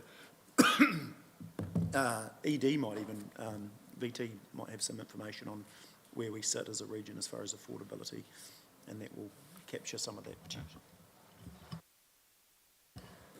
I guess for me, and I think about it holistically, just as a ratepayer, is that the biggest problem is that all these costs are way outstripping what people are getting as wage rises, and it's getting to that point. The balance is way out of whack, and that's what people have got on their minds. Like how much further they go. And I get the conversation, Nigel, around we do have some of the cheapest wages in our country, cheapest rates in the country, but we have some of the cheapest wages. We have lots of people on fixed incomes. We have lots of people in the agricultural sector that are only getting and things like that. So that's a bit of a concern as well for me, that it's just outstripping wage rises. Not by 2, not by 3, but by 4 times. What'd you say? Only $30 an hour? No, and that's why I think that data's important to present exactly that. But if you take $100,000 and you get a 5%, pay increase, and if you look at the basket of goods that you need to, your fixed costs as a factor out of that extra $5,000, say it's an easy number to, to kick around, is not likely, even with these rate increases. You say out of that 16% rate increase, average rate, $3,000, what's that, 330, so out of that $5,000, your increase in rates is only a percentage of that. So, you're spreading that increase across. So I get the narrative, but it's, it's highly complicated. I totally get that too, but the biggest problem is interest rates as well. I mean, if you fix your interest rate like I do every year, I'm paying $200 a fortnight more this year than what I was paying last year. On top of that, huge insurance increases through climate change, car expenses and all that. So it is starting to really hit home for a lot of people. And, I totally get the fact that they have to be, we're at 15% for a reason. And that reason is we've got to get stuff done. But I just want to emphasise, there is a lot of people hurting, out there. I that we don't always see. Because people, when they're hurting financially, don't come out and tell you that. That's the biggest issue. They just bottle it all up. You know, I'd hate to think what people are getting as far as tax credits and all that, because there'll be a hell of a lot of people getting tax credits and stuff like that because they aren't meeting their needs. Yeah, look, so this is an interesting conversation. So if we don't do what we is sitting in that LTP as far as infrastructure investment, we will get criticised by any colour government for not doing what we are meant to do outside of the costs that are sitting there out there in the environment, such as Interact. And totally agree. And we're seeing, you know, increases through food banks. And I'm not to say that we should definitely be conscious of it. But also, it's not our role. Part of that role sits within central government around the affordability. So we've just got to be conscious of that we don't, although we should have in sight the affordability, but it shouldn't necessarily be the reason for making a decision, because actually that role sits with central government around rates, rebates, all those sort of things. You know, we should be, probably part of this is actually we need to continue you know, speaking to government around increasing rebates for fixed income. You know, what do those sort of things look like? But they're not, unfortunately.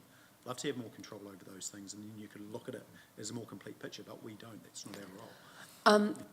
I'd also, in supporting of both of these narratives that you've just shared, I also want to highlight, when we're talking about rates increases, we have concrete deliverables that we can actually show for those increases. When you're talking about interest rate increases, petrol increases, increases at the supermarket, you're talking about companies with shareholders making record profits. There's a distinct difference for some of those between when council increases rates, it's because we are addressing some core basics to allow for everyday life. It's not about you guys actually getting extra dividends. When you're increasing your rates, you're not pocketing the money, you're spending it 100% in that community, and that's a distinct difference from a lot of those other increases that people are unfortunately faced with, and they have very little control over. And I agree with that, that sentiment. So we have a responsibility to actually consider the hardship factor. We investigate it. We'll present you with what some of our high-level analysis can actually show based on the average income per household that we're actually talking about, and keeping it in perspective with the wider cost of living.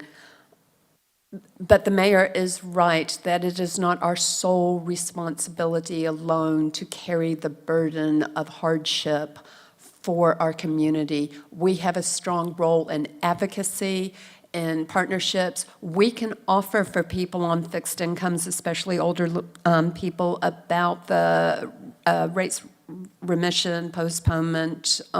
We have some mechanisms available to help some of those people in those certain situations. It's not highly taken up in this community, so we could do something more about that. Yeah, I mean, rates, we're sidetracking a little bit, but, you know, rate rebates is interesting.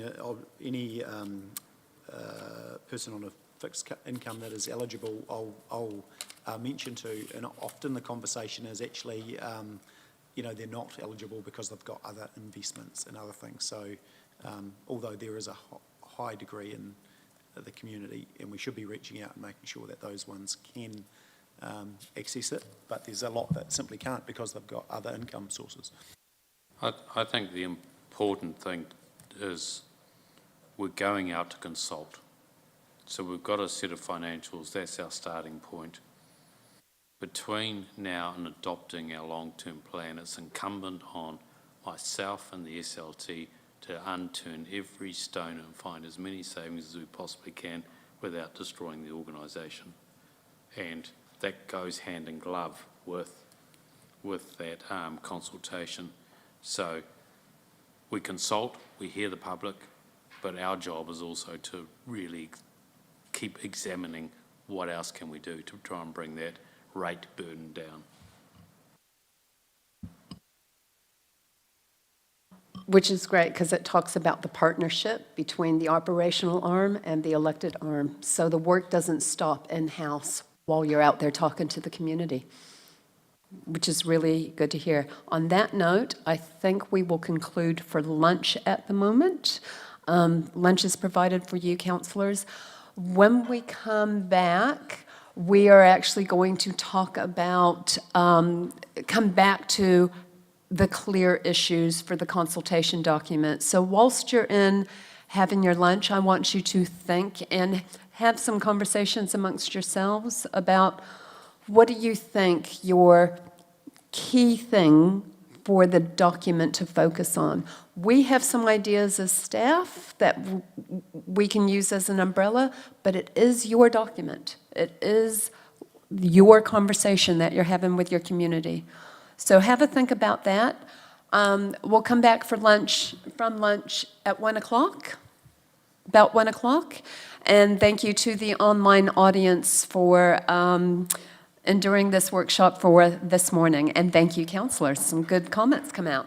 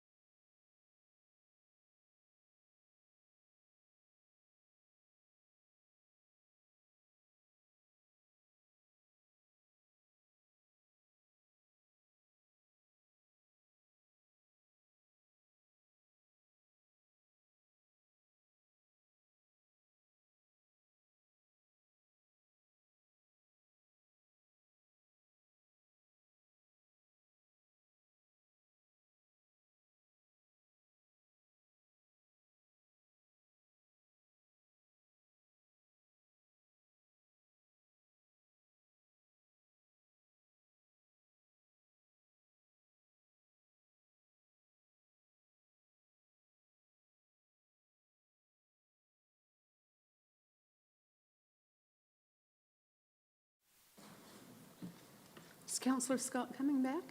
Oh, yeah. Okay. Right, we'll go ahead and get started, though. Thank you very much, councillors. Hope you enjoyed your lunch. We shall continue. We left talking about some of the issues that you think are coming out based on everything that we've done to date. We've talked about some of the anticipated comments that you can imagine getting from various members of the community. So now what we have to do is try and narrow our focus to knowing what all the wider issues are that you raise. How do we narrow that into what it is we want feedback from the community on? As officers, we came up with 3 overarching questions that we kind of thought encapsulated the conversations prior to today. And that was the conversations around the council table. So it may not be reflective of where you're at now, having gone through a lot more of the process and a lot more of the budgeting stuff. So this is just our ideas. These may not hit the mark at all. One of the things we proposed and said to audit was that instead of a shopping list of specific line items, do we, don't we, and the variations, that we actually go out with programs of work and what we could achieve for various rating amounts, rate levels. And that comes down to the timing of specific projects. And we talked about, and these include water projects, it includes deferring some of the stuff around bridges, it includes deferring the CapEx projects for the builds of facilities, et cetera, et cetera. We kind of narrowed it down to these 3 things. Do we move to core services only and not invest in community facilities at all? Now, the reason why we say in community facilities is we are required under the LGA to have a fair and equitable approach to prudence. So based on the principles is if you don't want to invest in community facilities, you can't just specify not just one community facility, you mean community facilities. So treating them all on an equal basis. And if we're talking about the core services only, we would use what's defined in the LGA as core services, which is your roading, your water, waste, and actually libraries. It is the one community facility protected under the LGA. The next question we ask is, well, do we just pare back from now and delay the big projects until year 11 onwards, which really is just kicking the can down the road for the next council, okay?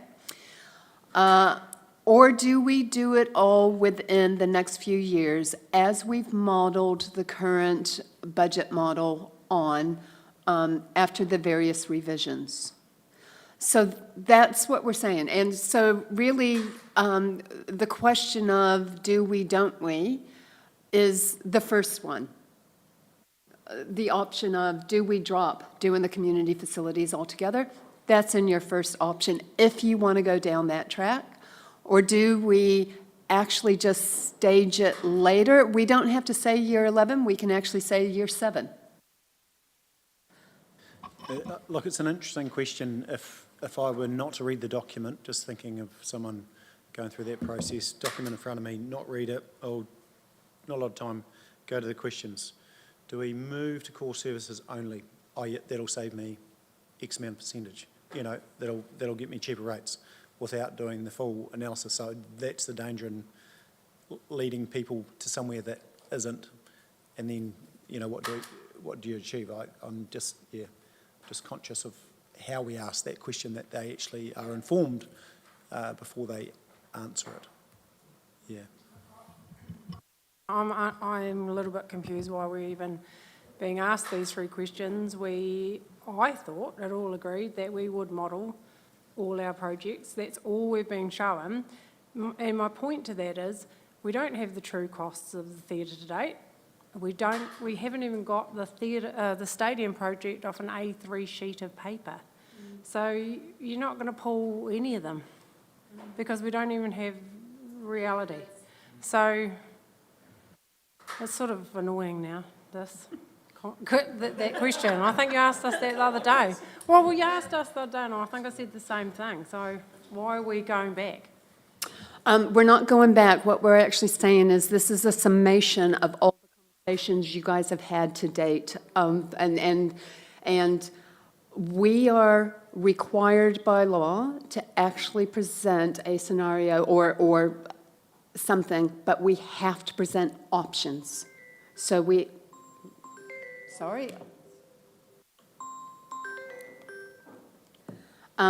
do have to present options for whatever we think the issue is.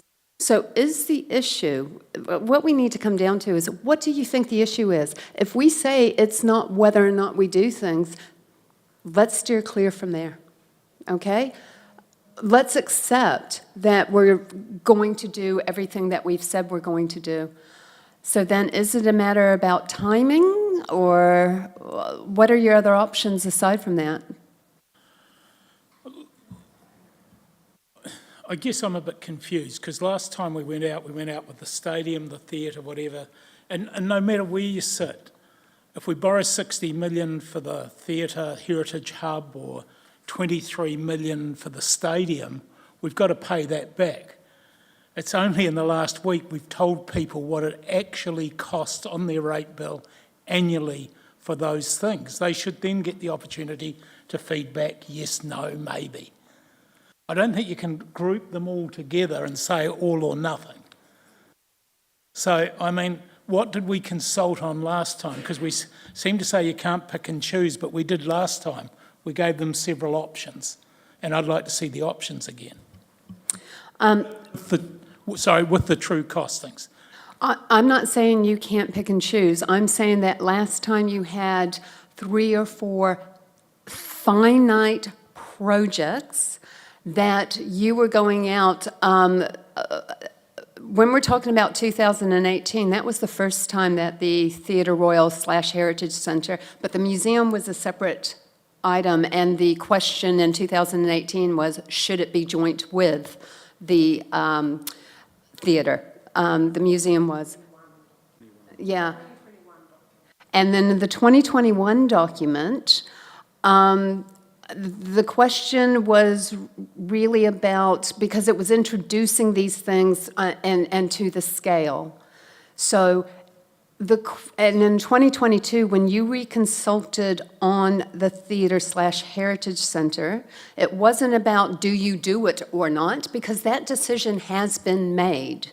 Unless you revoke that decision through a resolution and a process that you actually do.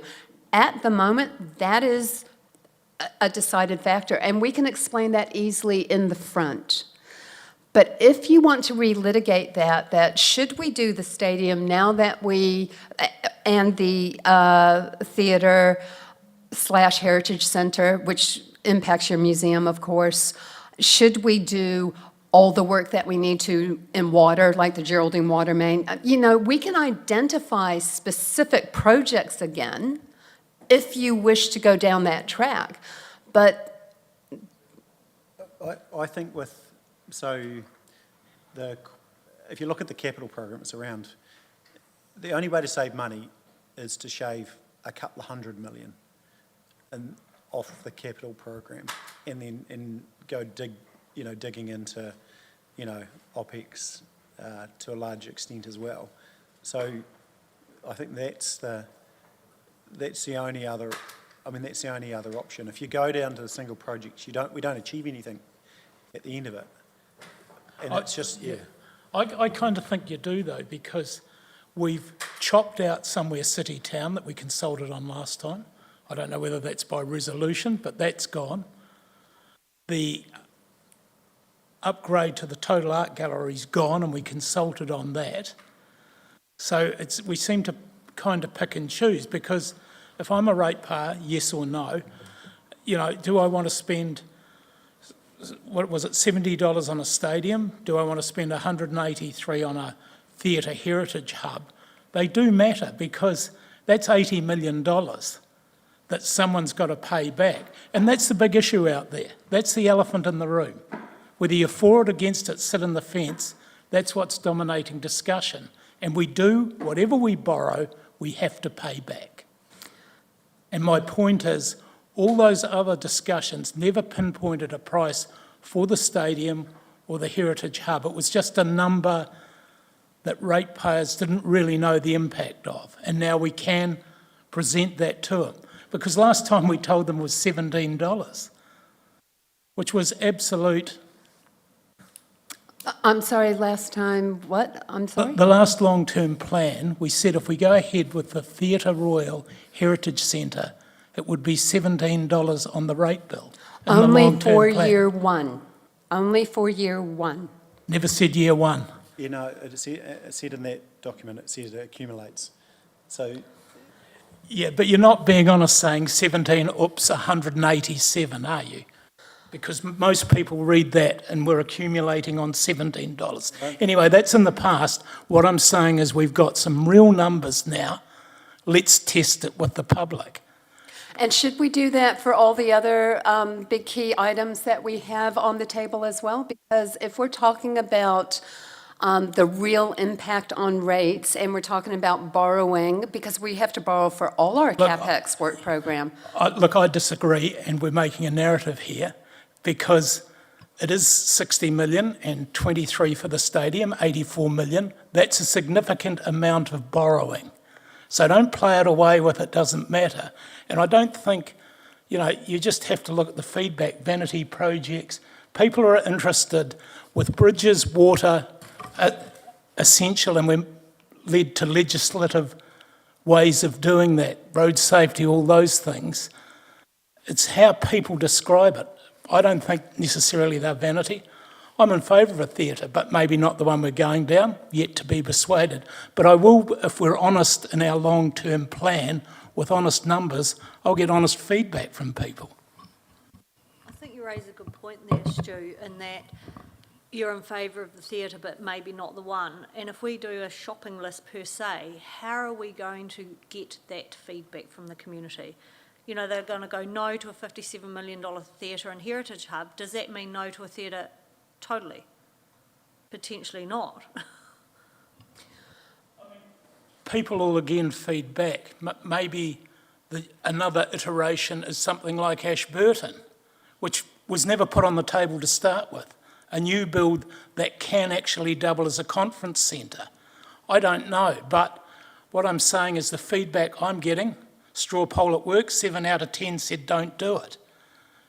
So I do get that, but how do we get from that without waiting another 3 years and going out with another 50 options of what those people think we should do instead? Because do they just mean don't do it, do nothing? Or do they mean do something else? And how, so I'm not saying you're wrong, I'm just saying how do we get that feedback? yeah, I get that, but OJ will point out to me, and quite rightly so, half the money's being spent on a museum that no one talks about. And perhaps we don't need. So maybe that's a conversation. And it keeps getting bumped up because they say, it's 40 million for the theatre because of the NB number. You know what I mean? Maybe we should say, no heritage centre at the moment because it's unaffordable. And do people want a theatre or not? We're kind of giving them all or nothing, and that's the problem. I think the danger for me is, so if you put if we want to call it that, and this is the way it's sort of been portrayed a little bit, feels like, is that it's a CapEx is a shopping list. And so the problem with that is they're not informed.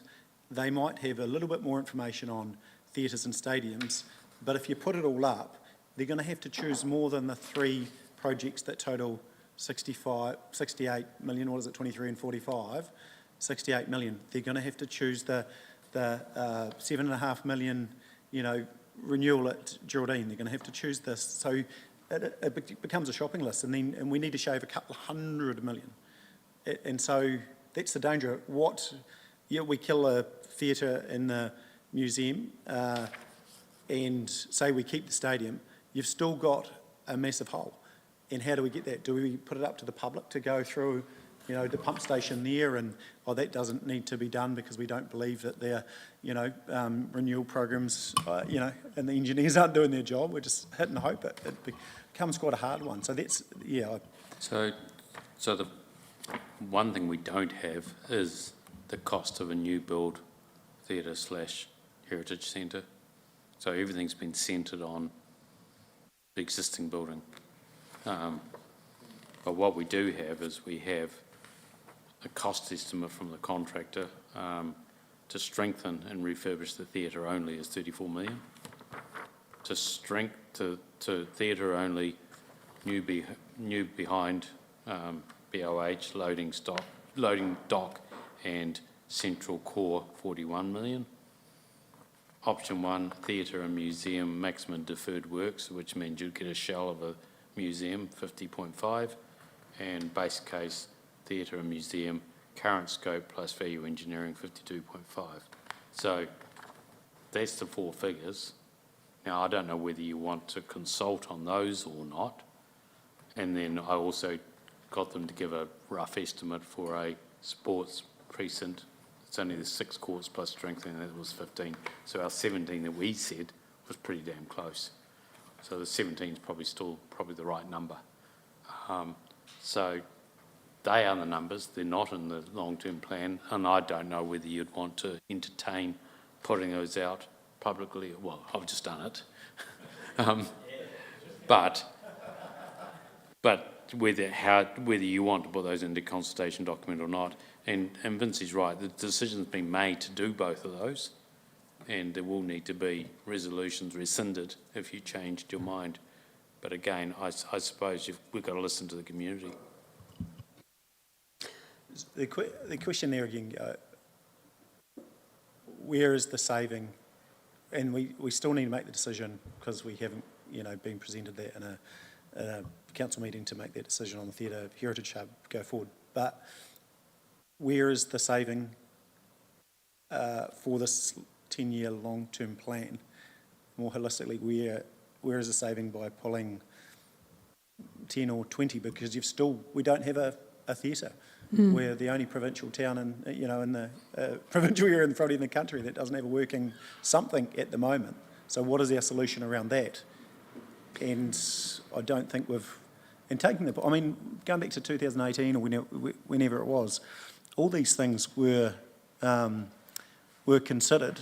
And one of the drivers at the time, and I remember Councillor Jack, driving it quite hard for whatever reason, but it was around regeneration of South Stafford Street. And so that was a large part of the driver around the existing site. But there was some rough numbers on new full glams, including the art gallery, those sorts of things. There was, through the workshops, and a lot of that stuff was, discussed by the then council. But I go back to, again, don't have a strong view either way, but it's like, what are we saving? We need to save 200 million. We don't need to save 20 million. So, and at that point, I struggle with the fact that, are we doing our job? Because then we put some of those core things at risk. And I'd struggle to step back from that if we put core infrastructure at risk. I think with the modelling that we showed when we pulled out, and even the chief executive actually showed, for this 10-year period, not doing the theatre, saved on debt by about $20 million, but you're talking about a $400 million net debt. Your CapEx program is $655 million for the 10-year period. The cost of the theatre in net debt was $20 million because, of course, it's phased over time. So where the bulk of your spending is, CapEx-wise, is really in water. So if rough, net debt's 205, is it? And just pulling the numbers out, just roughly, you had 137 million in water. You had about 53 million in road. You can take your cumulative over time, but you're looking at about 180 million of that new debt is core. So there again, you're talking about the difference between up to 416. So, across those community projects, it's again, how do we make a saving? That's my question. Yeah. So percentage-wise, the cost to finance the theatre in this 10-year plan, percentage-wise didn't account for a lot of the percentage of the rate increase. It's more your core stuff and your OPEX. That's what's impacting your rate year to year. Well, if you do your simple sum on $3,500 at an average rate, and $185, it's 5% on every ratepayer is the cost of the theatre, because it's $187 per year. And I get the big figures and I get that, but if you're in business or your own household and you're short of money, you don't say we're going to stop everything. You manage it the best you can. And I just don't know that now's the right time to indulge in what other people are calling vanity projects. And all I want is the long-term plan to be clear so they get a choice. I'm not bulking them up and saying 200 million. I'm just saying there's X amount for these projects, because people don't, Vincey, think water pipes versus theatre. They think water pipes are essential. And all I want is some clarity so people have a choice.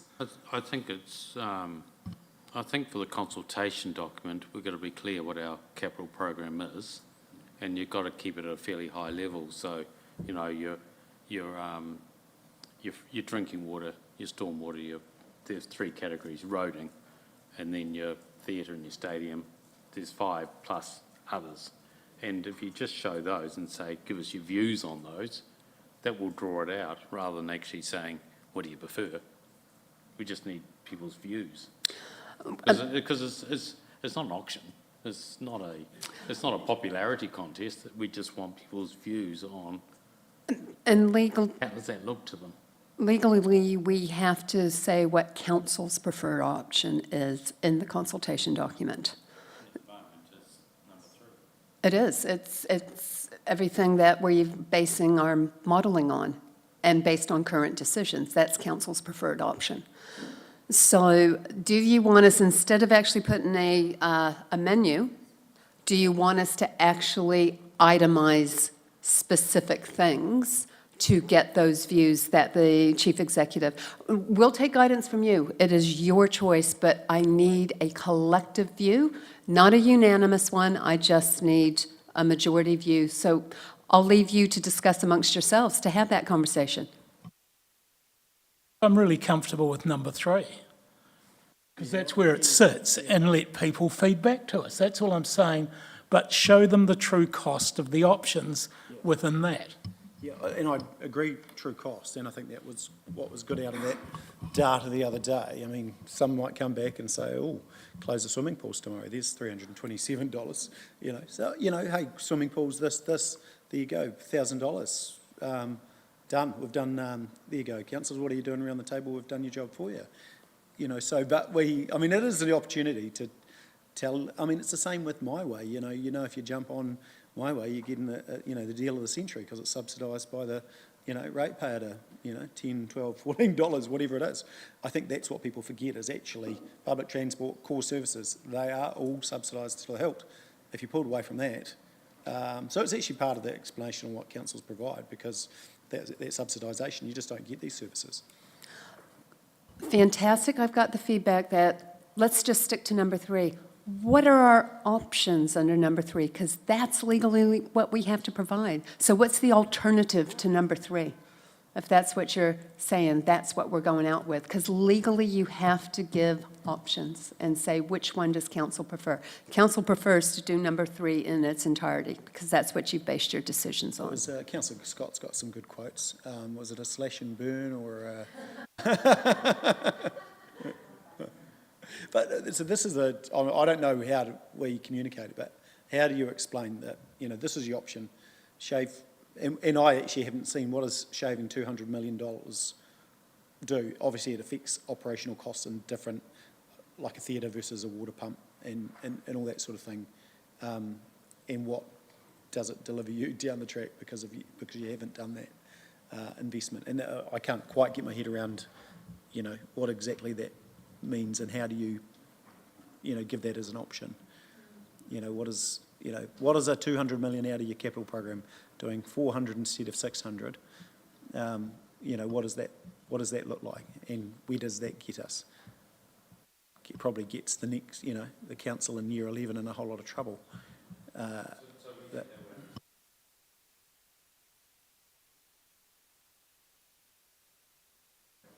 We had the one yesterday we handed out at the end, and that was a similar scenario. It took all the community stuff out, plus some of our, but I'm not sure you can take much more out. That's the issue. And that may be your alternate, is to say, Yeah. we're back to core, which is number one. We're back to core. We're not investing in community facilities, and this is what it looks like. And then that will draw out of the community, no, we don't like that, we do need some community infrastructure. Yeah. That's what you'd hope it would draw out. And this is what, yeah, I mean, potentially, I mean, you could be careful that you're predetermining, trying to slide to an outcome, but the reality is we are a council that have pretty much only delivered on core infrastructure, you know, Parara pipelines, those sorts of things. So we're pretty much going along as we have. We've delivered high capital in core. We're going to continue to do some, but do you want these others in there or not? And then it comes down a little bit, you know, what should a provincial town that people want to, if we want to attract growth and all that sort of things, what are some of the core things that you want? You want a state-of-the-art stadium. You know, we've got our neighbours are all investing. We still want to be the place that people come. You need somewhere that people can come for, you know, shows and all those sort of things. So, yeah, I don't have the answer, but I just don't. I know we've got to have an alternative, but I just don't.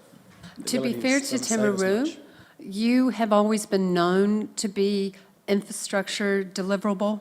And even when you've moved into that community space, it was about the facilities. So it's a new development area that you've moved into community development with your safer communities and welcoming communities, et cetera. So infrastructure's always been kind of like the jewel in the crown, and you have had some world-class facilities here. Your libraries still punch way above their weight. And the infrastructure you've put into place recently, like Seabay, and you have play and all of that stuff, it's highly regarded. So it's to what extent you're going to be doing that infrastructure. No, just. Who's that online? Is that Sally? Oh, hi, Sally. I don't think that the whole argument around the theatre is just the cost. I think it's around the usage. I think there's lots of questions people ask me, you know, oh, we don't want the theatre built because how many shows are going to come? What's it going to cost to run? All those sorts. I don't think it's all around the cost of the theatre. You know, I think there's lots of questions those people want asked. People think, I don't go to the Drama League shows, I don't use it, but it's the, you know, it's the comedy show, it's Jump Jam, it's also, well, that's where it goes. That's, you know, they'll all those things will go back there once it's. Yeah, and I get that, and I also get the fact that someone said to me the other day, you know, there was supposed to be a Fearless concert here in Timaru. They cancelled. There wasn't enough tickets sold. You know, all those sorts of things play on people's mind around the theatre. You know, is it going to get the patronage? If it's running at a loss, by how much? So I get all that, but, you know, there is a few questions to be answered, I think, and I agree with Stu. Let's get it all out on the table so we all know what's going on and so our public know what's going on, because I don't think that's really come out a hell of a lot. It all hasn't been coming. This is my third consultation, you know, talking about the same thing, which is, so I feel like it's been thrashed to death, but. This is another good point too, is when we do go out with these options, are we going to really look at the risks and the benefits of each option? Because I just keep thinking every time we change our mind on anything, we're just burning money. And to Nigel's point, we've burnt money for 8 years changing our minds. And if we don't actually get on and get some concrete in the ground, the next council after us will change their mind again. Look, and that's probably an unknown point, and it's no disrespect, it's part of our country, democracy, but democracy costs a whole lot of money, and and this is no disrespect to anyone in this room, we've all got our opinions, we're all, voted to serve and represent, but this chamber has cost this project and other projects, and over the decades, the chamber costs millions upon millions of ratepayer money because it's inefficient on the way we have to do things. Partly it's the way, we've got to consult on any change and all those sorts of things, but if we can get to a point where we're more efficient, we actually save ratepayer money and deliver more, but we're not there yet. We're not quite mature enough in our democracy. Potentially, I don't know. Can I go back to what your first point actually, Nigel, when we're looking at these questions, I think the key with the questions is it would have to be context and understanding, full understanding, because otherwise a particular narrative will dominate. Stu talking about is straw poll a 7 out of 10? My 7 out of 10 people say, stop mucking around and get on with it. So it's different no matter who you talk to and where you are on the ground. Oh, true. I was counting you in that, Stace. Good on you, Auntie Ruth.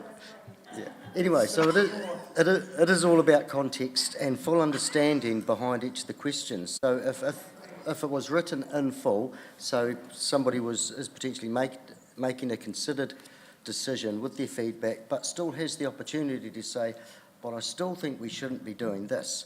And then you are giving options and asking questions, because we want feedback as well, don't we? It's not just options. We want people to tell us what they think, and who knows, come up with some fantastic idea that we all just say, bugger me, why didn't Stacey think of that? I think... So it is about the wording in the questions and the information and the context and everything that goes in behind it, so we're getting honest feedback that is useful, not just what somebody read on the front page of the Herald or And they the heard risks and on here. benefits for each option. I agree. Everything that you guys have said, that should be absolutely in context for your consultation document, highlighting risks of doing or not doing, opportunities, what are the benefits for the various options. I'm just trying to get my head around what are the options you want to go out with, because if you're wanting me to itemize specific projects again, that is relitigating decisions that you've consulted on twice now, on both the museum and the theater. They've been consulted on twice. You've consulted on the stadium once, but I'm not sure that we have enough evidence or factual stuff about those financials to reopen those consultations at that retrospective level again, if that makes sense.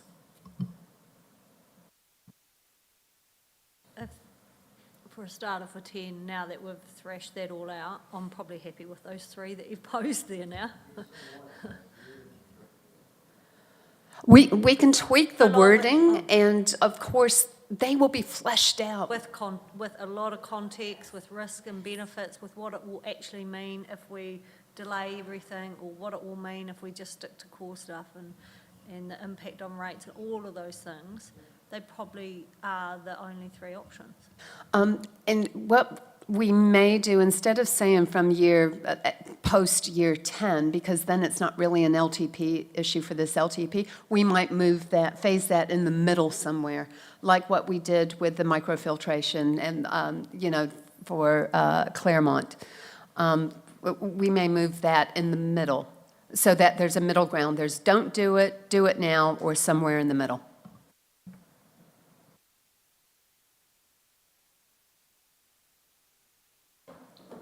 Surprised that, I think I said this again last week, is that the year 11 came out of nowhere. I think we talked about year 3 or 4, and so all of a sudden, delaying big projects until year 11. I don't think we've ever mentioned or agreed to that. I think some of the presentations I have in my folder are talking about a deferral for 3 to 4 years, so I'm a little bit confused about the duration of that one? The reason for the year 11 really was so it didn't impact on the budget at all, this LTP. But didn't take it off so you wouldn't have to revoke a decision because the decision to do it is still there. It's just pushed out in the further. Because you got to remember, in an infrastructure strategy, we look at 30 years. Sorry, that's my accommodation calling me. I think Yeah. the one we gave you yesterday afternoon is your year 11. It has none of those in it. Before, our commentary, our dialogue was around 3 or 4, yeah. And we can go back to that, or we can even make it 5 or 6, or 6 or 7, or whatever. Be clear, if we've got these 3 options, for example, will we be presenting something like this in our consultation document, or what kind of level of detail do the community get? We don't put that sheet in there. What do we just put, this is going to be your rate rise, this is going to be the debt, this is going to be the surplus deficit, depreciation? We show them things like this that actually give the sample rates increases based on the different property types. Well, it's more than just about rates increases though, isn't it? It is. It also talks about debt. It talks about debt. We do have to give some financials, but it is quite a high overview. So we talk about balancing the budget, okay, with the graphs. We can explain extensively around what those options are and how they present in a graph. It won't look exactly like this one with all the various colors. I'd rather see a table that, if we have to give options, I'd rather see a table that's option 1, 2, 3.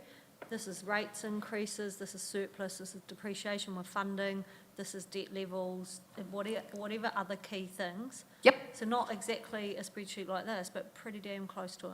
Yep. That just gives some factual things, and it won't be for all 10 years, itemized year by year, summation. Yep, You might go year 1, year 10. yep, yep. I think you're best to do the first 3 or 4 years. I still look at that debt level in year 10 and compare them between all the different options, because So, they're so not 1, 2, actually 3 that and far 10. apart. Exactly, yeah. Comes back to, you can ask her a question, but if it's actually not achieving us anything tangible, are we just, are we doing a disservice, is it a question far enough if we're actually presenting 2 options? And that's why I talk about the hypothetical couple of $100 million versus just the community projects, because that's an option, whereas I don't feel like that's much of an option. That just, delays, takes us off the map as far as community for a while. But, yeah, I just feel like it doesn't achieve anything. One of the things, and we haven't actually talked about this or discussed it at all, is if you keep going out asking the same kind of questions over and over and over again, and you're chopping and changing your decisions, as you said, every couple of years you're changing your mind.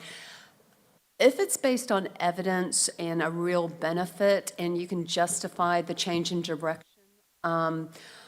it's an easy narrative to explain. If you can't, all it does is really just eat away at your credibility in the eyes of the community. So it's a very careful, conscientious decision that this council makes when it decides to actually change direction for good reason, how we explain that. So, but as the mayor says, if there's not a real benefit, either through the rates or your debt level, to make a particular decision to overturn a previous one, some of the community may ask, well, why are you doing that?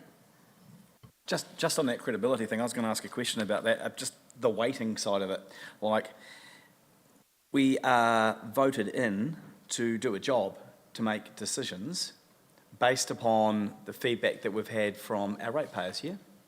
So how many questions or how many options do we have to give the public? I mean, we're giving options here, but how many do we have to give versus they put us here to actually make decisions on their behalf? Does that make sense? Yes, you're asking what are the things that you have the authority to make decisions without having to present options, basically, yeah. Okay, if it's actually changing a level of service or has a significant financial impact, yes, you will actually go out and consult again on particularly if it's increasing debt or increasing your financial commitments, okay? In the case of like city-town, that was an aspect that was included in a long-term plan. Councillor Pennington is right that you may have to revoke a decision about the amount of money you put into that.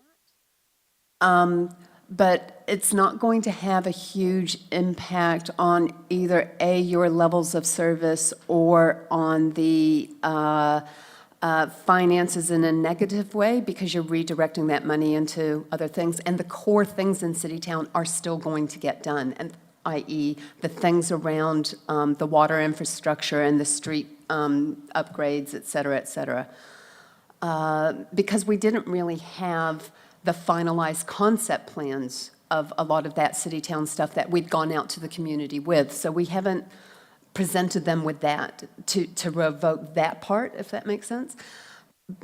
With these particular things, you would have to revoke the decision because of having made it in your standing orders. You guys have actually said that 1/3 of you need to actually write to the CE and you make a resolution and you discuss it in a meeting just like you do here.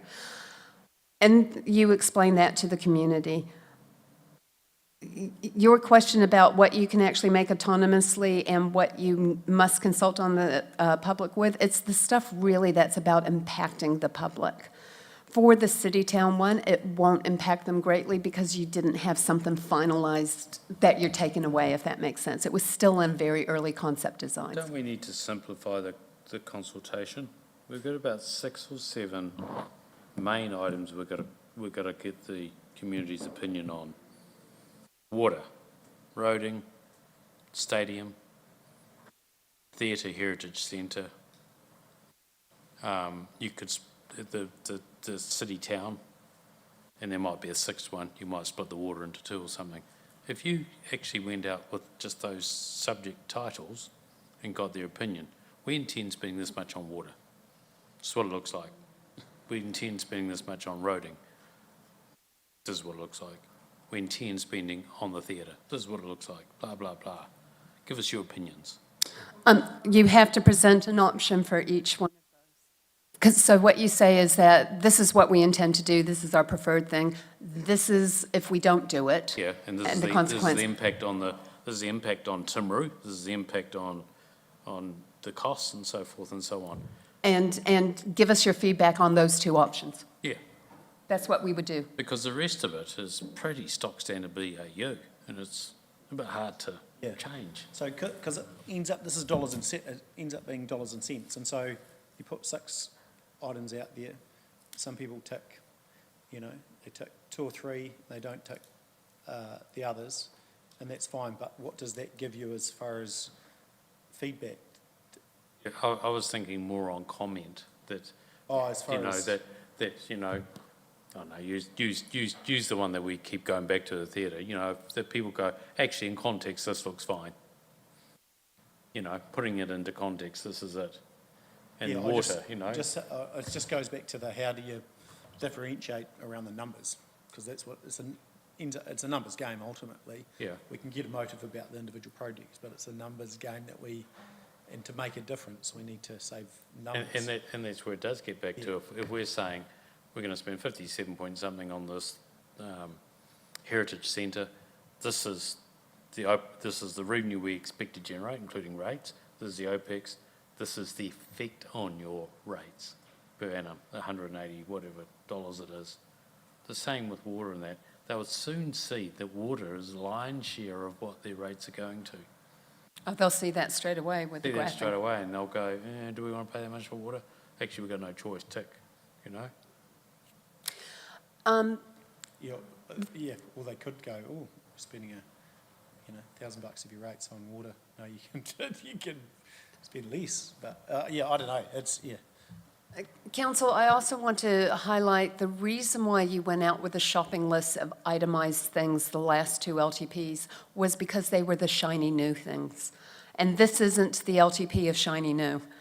So you were actually proposing to your community that we're going to do these sexy things, these exciting new invest, and they were shiny and new. Not the case this time. Can I? Sorry. I was just gonna say, going back to the sharing of the figures, I don't think we should underestimate our community in being able to interpret this. For example, once you take out all the, like all the bold stuff, do you know what I mean? All of that bold stuff makes sense because that explains what we're doing here in terms. We would put something similar to that in our funding impact statements in the LTP. Yep. And a draft LTP actually goes out that they can go and see. But in your consultation document, that's far too busy. So just Yeah, having this the is- 1 or 2 columns will be fine. Well, I can't no, even need that. Put that as an appendix. at the yeah, back. no, You put that into your LTP, But no one's going to read that. but they can if they're interested. And it'll be online and it will be at service centres. see, that sells the whole story over more than 2 or 3 years. That shows the direction of travel in terms of debt, the funding of depreciation, etc. I showed this to the boss. This made sense to her. To who? His wife. Oh, I'm sorry, Mum. But when you just take out all of that stuff, yeah, Mum. Yeah. I tend to agree because Me too. what you need for the community to see the whole, just like councillors need to see the whole.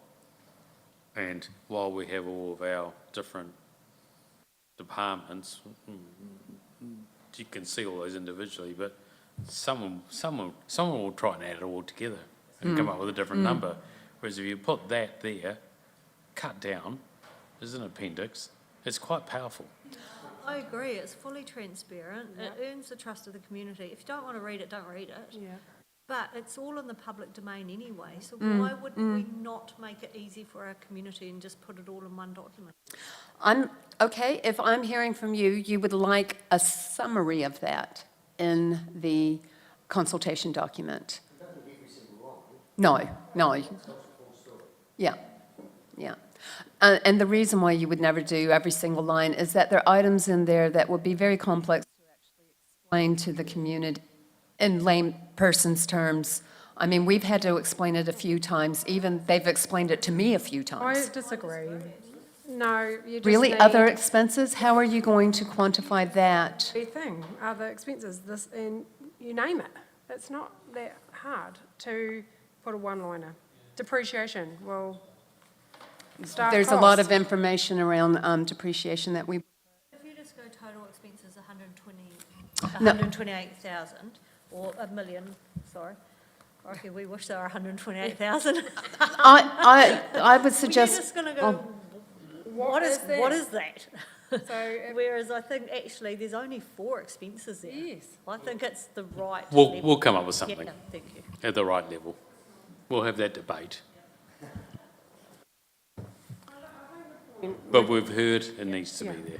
Yeah. But this is, we have to paint the picture and we have to tell the story. And to me, this not only helps our community understand the story. We've been talking about this for weeks. It's in the paper pretty much every day. This just helps concise it into one. And you're in control of the narrative. Yeah, well, yeah, we are. Okay. If I was looking at graphs though, I prefer like a pie graph. So if it said, this is your revenue, these are the pies, this is water, this is roading, this is. You theatre, get whatever. that. You can grasp it really quickly. It's a pie graph, you can grasp it really quickly. Here's a revenue, this is where it's at. Really simple. Yeah, We- something like that. we do that. Really simple. We do that. And you can do the same with debt and show the theatre and show what it will look like on the debt as a chunk on the debt for the theatre and for depreciation and for that. I mean, it's pretty simple. It's not that hard and it's easy to understand. Well, the reality is both the stadium and the theater for depreciation are not going to have a huge impact because they don't in the early years for those buildings. So, and for the debt, the two of them collectively won't have a huge impact on our debt over the 10-year period because that's not where the bulk of the spend is. Yeah. Okay. Right. So where did we land on, is it these three questions and explaining all the options and having our, basically our one-pager, that's a P&L statement type, isn't it, really? It's your P&L statement summary.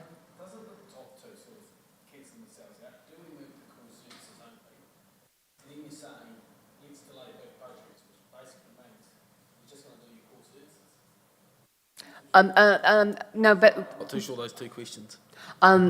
we're looking at changing that middle one so that we will do those big projects in the middle of the 10-year program, so not year 11, if that makes sense. So it's either do it all now, do it in the middle of the 10-year cycle, or only do core and not do the community facilities.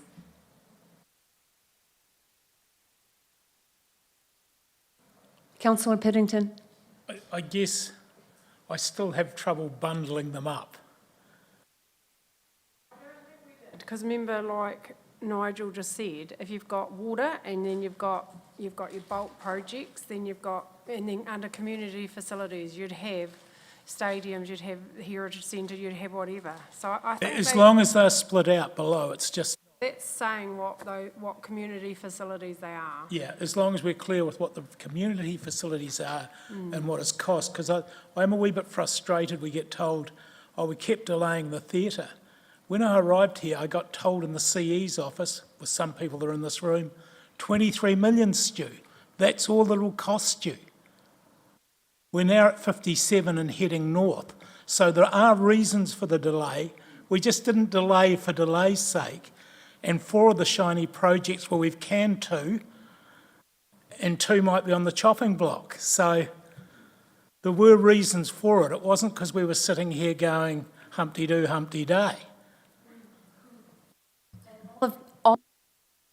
All of that will be in the front end of the document when we talk about the historical context and previous decisions made. So that will be covered. When you put the previous decisions in, will you be putting the costs at that time when the previous decisions were made? Because that frustrates me. Because again, it makes it look as though the councillors have just delayed this project for 5 years for no reason. We delayed because of escalation, and I know I agreed to 40 million at the theatre because we were bowling the back of it and putting a new piece on the back. We're not now doing that, but it's still at 57 million. So there's a story to tell. It's not just the councillors mucked round and didn't make a decision. It was the escalating costs and the fact that what we were originally told we were getting, we weren't each time. It's been chunked back. So It's not escalating costs as such, it's change of scope. So It is. unfortunately, that is where this project in particular has gone, over the last 7 years, people keep changing the scope, which increase cost. So it's got nothing to do with a piece of wood costing more. You change the scope, and that's why it has continued to change. Since I've sat at this table for 14 months, the scope has not changed. They're actually doing the work. You're doing the design phase. So actually doing that work, because finally the scope has not changed. So now what's happening is the cost is increasing because we're actually doing the work, the detailed design phase. So the previous years is because the table changed the scope. You went from just doing a theatre to, oh, let's have a heritage hub too, and that's what changed.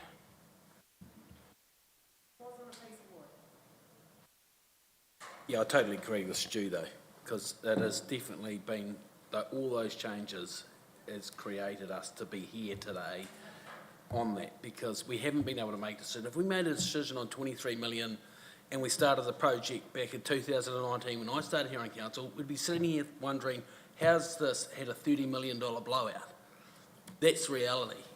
So we wouldn't, that's what, we haven't kicked the can down the road. We just haven't been able to get it to a stage where we can actually agree on, do we do this or do we not do this? Councillor, I need to tell you, you did make a decision on do you do it or do you don't do it. That was in 2018. In 2022, when you reconsulted, it was do you do it at this level or do you do it better, which is what Councillor Scott's just said. It was the scope that changed. So we have all of the background information for that. We have the background information for the stadium. We have the background information for water. We have the background information for Citytown. We have everything, including the fact that there were unanimous decisions made by councils at the time to actually do the current model of the theatre and Heritage Centre. Just a question on Citytown. We've actually passed a resolution not to do it, haven't we? So why would we be consulting on it again? Did we pass a resolution on not doing it? I don't recall that. I don't believe you've passed a resolution not to do it, sir. I don't think you've had that revocation, of your previous LTP decision. I don't know of any officer who's prepared anything. Email from, to say that we aren't doing any more work on the Citytown because councillors have decided to effectively pull the pin on it. From Rosie Oliver? That was an email that came from Rosie Oliver to say that? I don't believe that councillors have actually formally made that decision yet. It was actually done through the budget review process. Remember, we've had 16 versions of that and over 20 meetings in the last 2 months.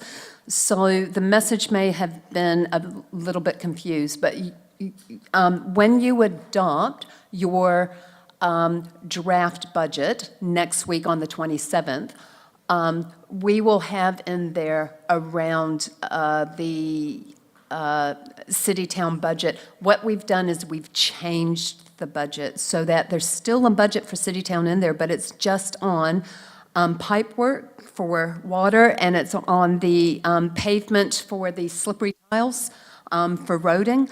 So it's just not on the design works of stuff that hasn't happened yet. And we're likely to actually change the name of it so it's no longer Citytown, that it's talking about the CBD core infrastructure delivery, really.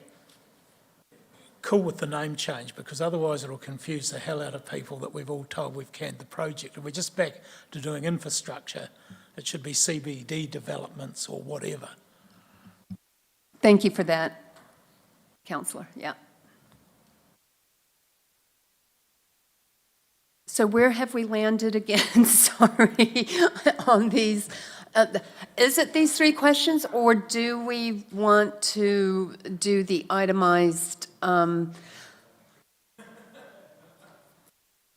What we could do is, under each one of these options, have the 4 or 5 core things that relates to under those.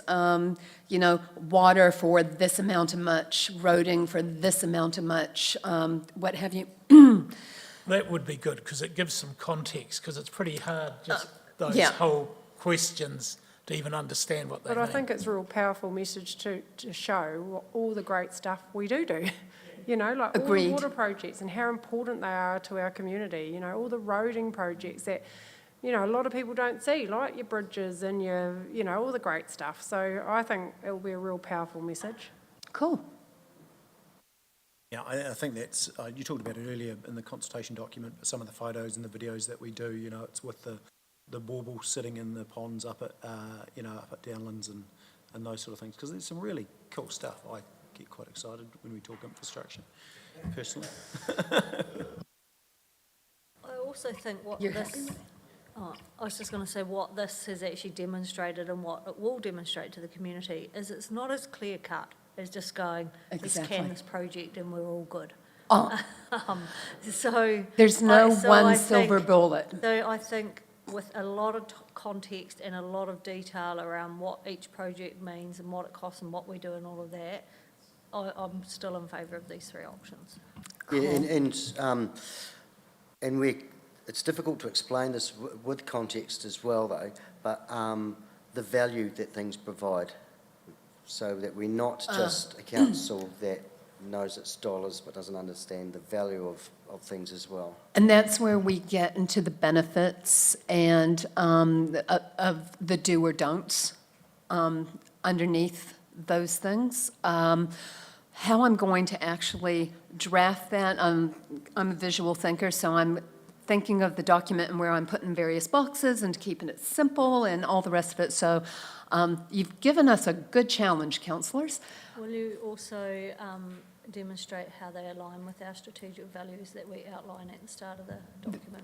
It's, which was about delivering infrastructure services and community facilities and looking after the environment. Yeah, I've got them all.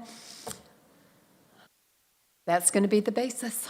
So how soon will we see this document, just to make sure? Oh, the document's going to take a wee bit of work. The content of the document, I'll be working on over the next 3 or 4 days, okay? So you will actually see it, hopefully, next Tuesday. But you'll see it before then because we'll attach it to a report. It may alter a little bit, but you'll see the bones of the content attached to a report in your agenda this week. I ain't sleeping. Oh, they have an agenda for next Tuesday's meeting. You have a meeting next Tuesday to adopt these things. So I guess where I'm coming from is through to you, Nigel, as well, is I don't want to get it in the day and have to make a decision. Oh, no. We need to see it, have time to process it, ask questions before it comes back, because otherwise it's just too crazy. And to be fair, councillor, and that is a very fair comment because of the last-minute nature of some of the workshops that we've had because of the delay in getting the information, I now have the information that I can work on over the next few days. It may mean you get your agenda on Thursday, so it means some weekend reading, and I'm sorry about that. But you will actually have it hopefully for Thursday so that we can actually present you with the high-level content of what's going to go in the document. It may not have all of the graphs perfect, okay? Just a heads up. Fun? It's going to be quite tricky keeping it to a small document. They can vary from 25 pages to 100 pages. Oh, no, We it were needs- aiming for 8. It needs to be 8 to 10 max. So we need to think carefully about how we present it. They may be A3, but yeah. Do you not, what do you consider 8 to 10 though? Because I would consider That's a page. appendixes as not included in the document. No, that's correct. Yeah, and I would even consider if it's 8 to 10 or 20, that you have a 2-page summary at the front of all the key messages. I don't know, but We call that their statement.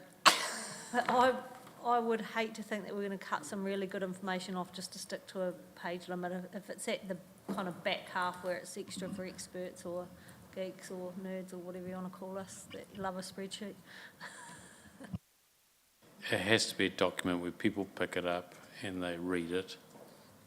Because what you don't want is getting halfway through and going, oh, bored. It's important that we actually write it so that they understand it.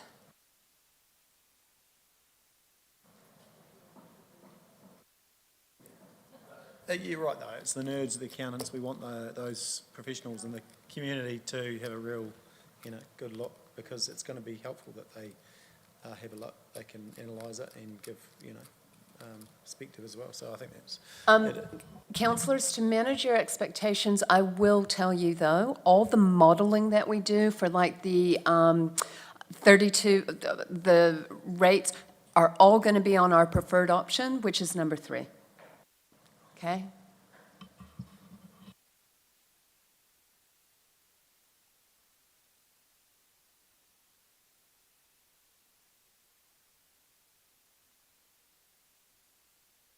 feel like I can breathe, thank you.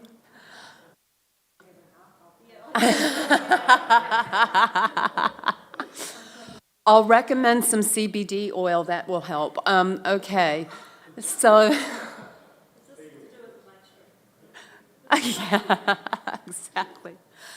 Okay, so now I'll tell you, these are the reports that myself and the team are working on. Some of those reports are already drafted. Some of them will mysteriously appear within the next day. The key reports to council, this is what you can actually expect for next Tuesday. Adopting the draft budget that we agreed on the model, which is what you saw yesterday. There are just one or two very minor changes that we'll have to do for that. Adopting the draft fees and charges, which have been done. Adopting the draft levels of service that we went through yesterday. We're refining ones around the museum and also around Aorangi Stadium and making the alterations that you suggested. Adopting the draft financial strategy and the infrastructure strategy. You received the financial strategy. The infrastructure strategy, Ferry is working on that tonight and tomorrow. Adopting the draft policies, it's around significance and engagement policy, the rates policy, which combines a few, the treasury management policy. At a future meeting, we will look at the revenue and finance policy and also the financial contributions policy. We just haven't had the time to do those two in this short time. And adopting the draft consultation document content, that is meant to say. So, and that's the narrative and the financial tables and some of the rough graphing. So what we have to produce for Audit New Zealand is that consultation document content that we've just discussed. Looking at the asset and activity management plans for water supply, wastewater, and roading, and they're updating those as we speak because I had sent them the budget models yesterday. The infrastructure strategy and the financial strategy, the draft budget and the budget model. They will be looking at that budget model, the fees and charges schedule, and of course, the LTP policies. And Audit New Zealand will be in-house next week. So that's the information that they're going through. So that's what you can expect from us next Tuesday, save there are no natural disasters or acts of God, and I'm still vertical. Yep, that's good. Okay. Sorry, just on fees and charges, a couple of questions. We had the Peel Forest thing, so we're making a huge loss on fees and charges, so we're going to put up the other charges, will we, Andrew, so we don't carry through that loss? Is that reflected in the new fees and charges?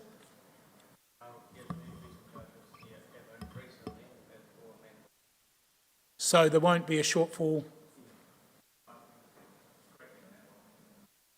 Yeah, because I don't want them to go out and then we put them up again, because that caused all sorts of chaos last time. Paul, how are you going with the planning ones?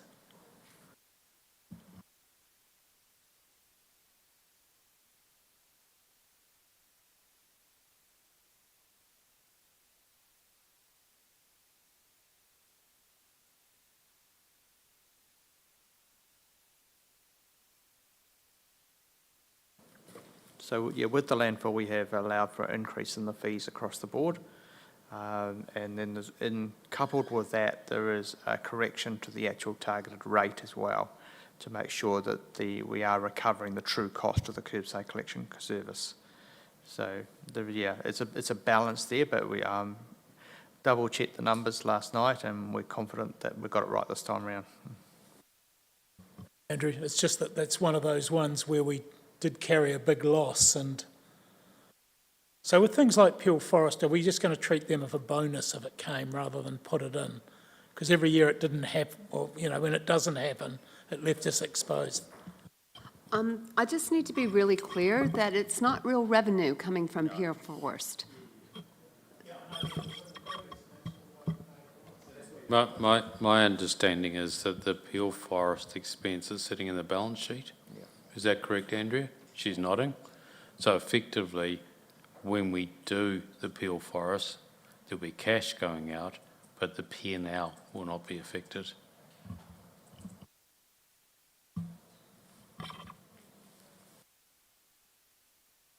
What Stu's alluding to is that we had accounted for the income over the weighbridge, and that hasn't happened, and that's why our waste has made a massive loss.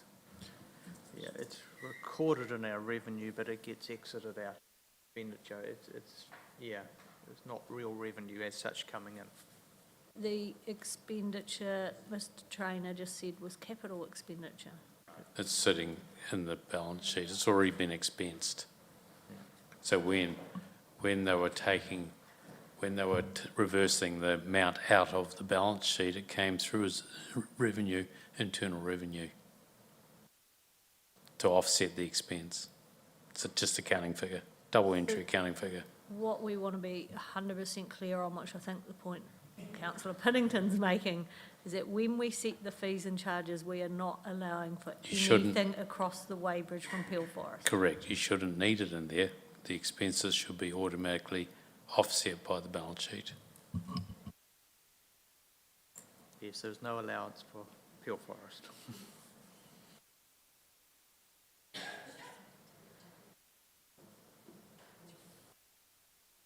These documents, I'm not sure where Vincey's gone, but can we start loading the ones up that we've got? So for example, LTP policies, just so we can get some reading started, because if 1, 2, 3, 4, 5, 6, 7, 8, 14 documents get loaded on Sunday night, I'm sure Councillor Piddington's going to have a meltdown.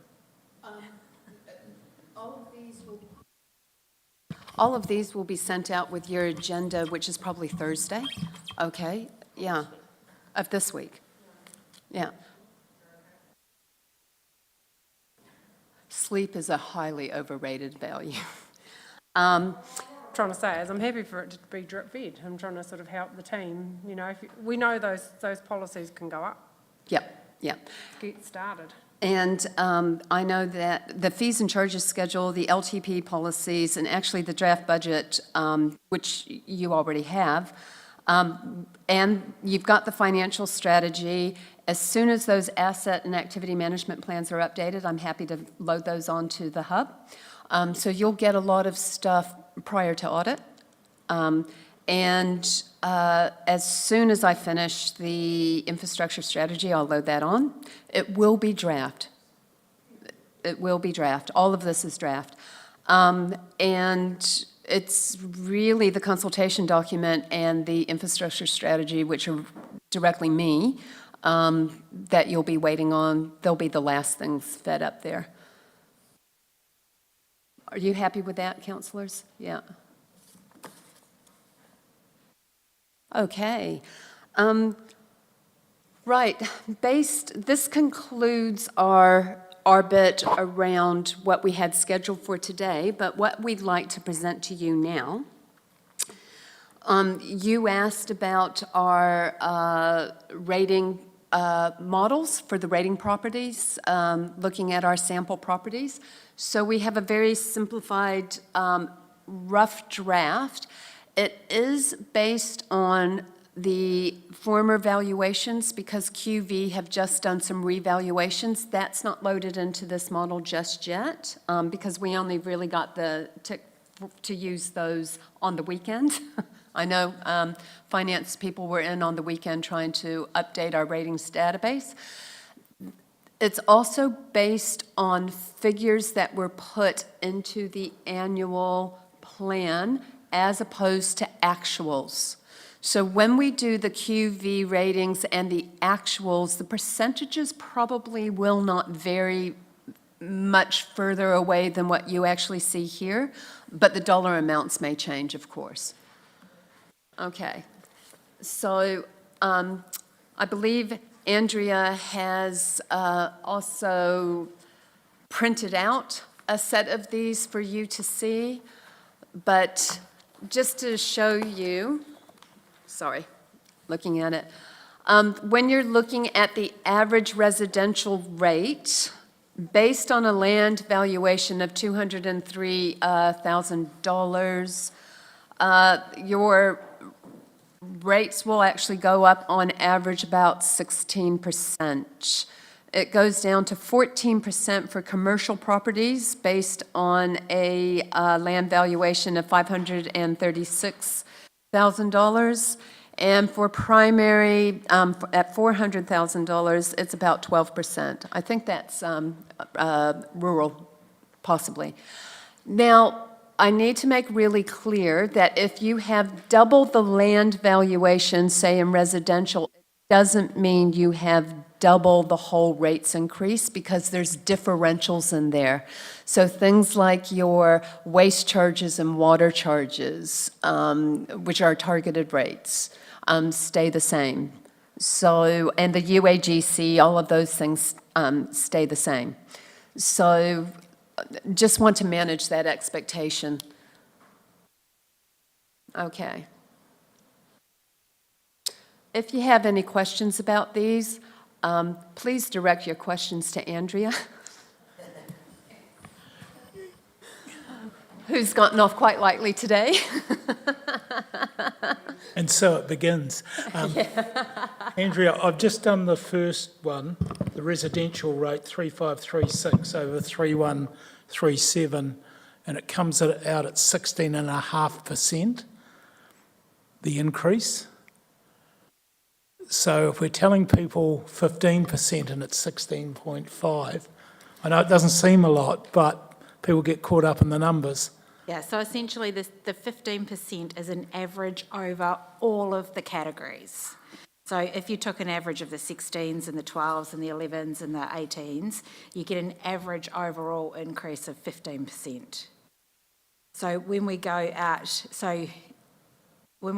for consultation, these sample properties will be in there, so it'll show the individual impact on the rates depending on where you live or what type of property you have.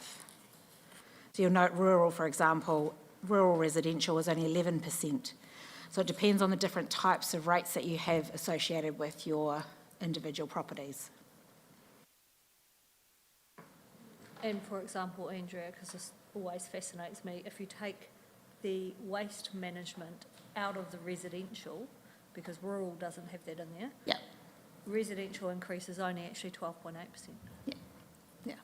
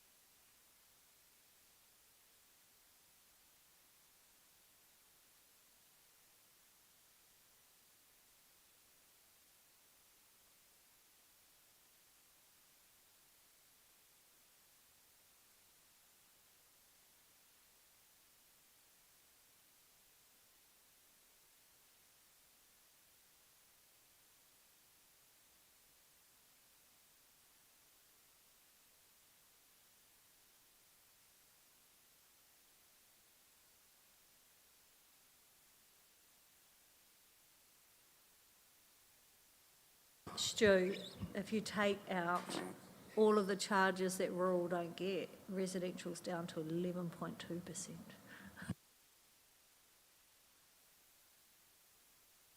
I do feel sorry for those farmers with $1 million properties, Michelle. We'll have to downgrade what boarding school they go to. My point is, I've got none at boarding school anymore, Stu. They're all at private universities. My point though, Stu, is we say 15%, but it's all over the shop, isn't it? Yeah.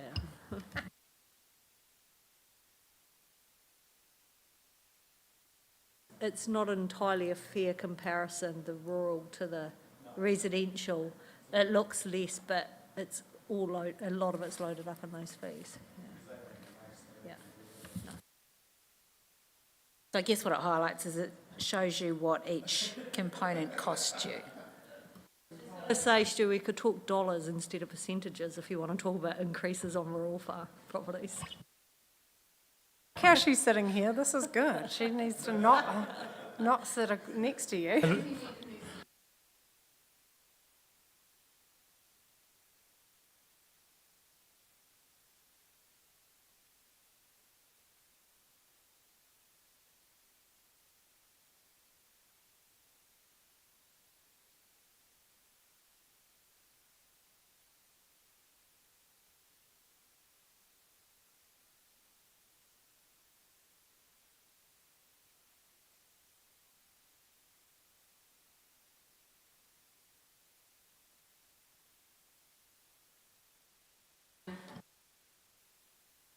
Also, I guess the other thing that, whether we promote it or not, but there is a rates rebate. So for the low-income households, there is the opportunity to get a rebate based on your rates values.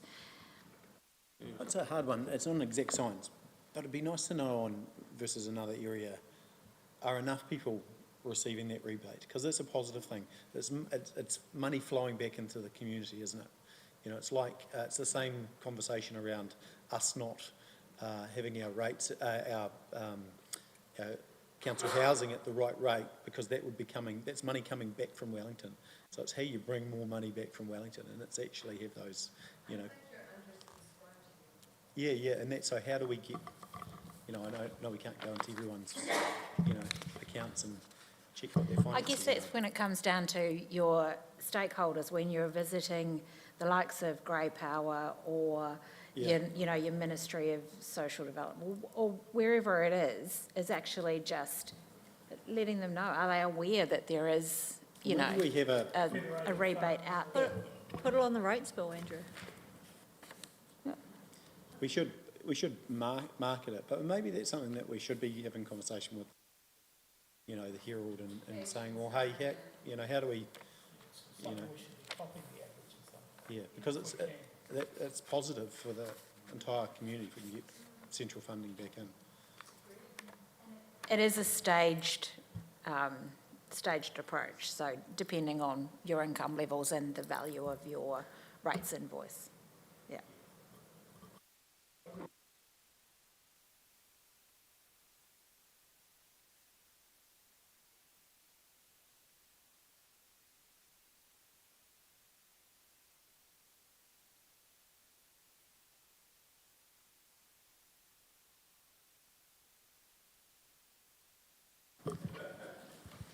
Well, councillors, on a very happy note and a plus note, I think this is us. We're done for the day because we got everything that we needed. I hope you enjoyed today as much as we did.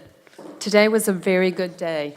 So really like the ideas that have come out. You've given us some really good, clear direction. I'm stupidly excited about the way that we're headed and where we're headed. I've got a lot of thee to consume over the next 3 days. Thank you so much for all your time, and thank you for the conversation and your passion for all of this. It's really helpful. Bye. Oh, I haven't got my meeting here. Thank you very much. Ka kite anō.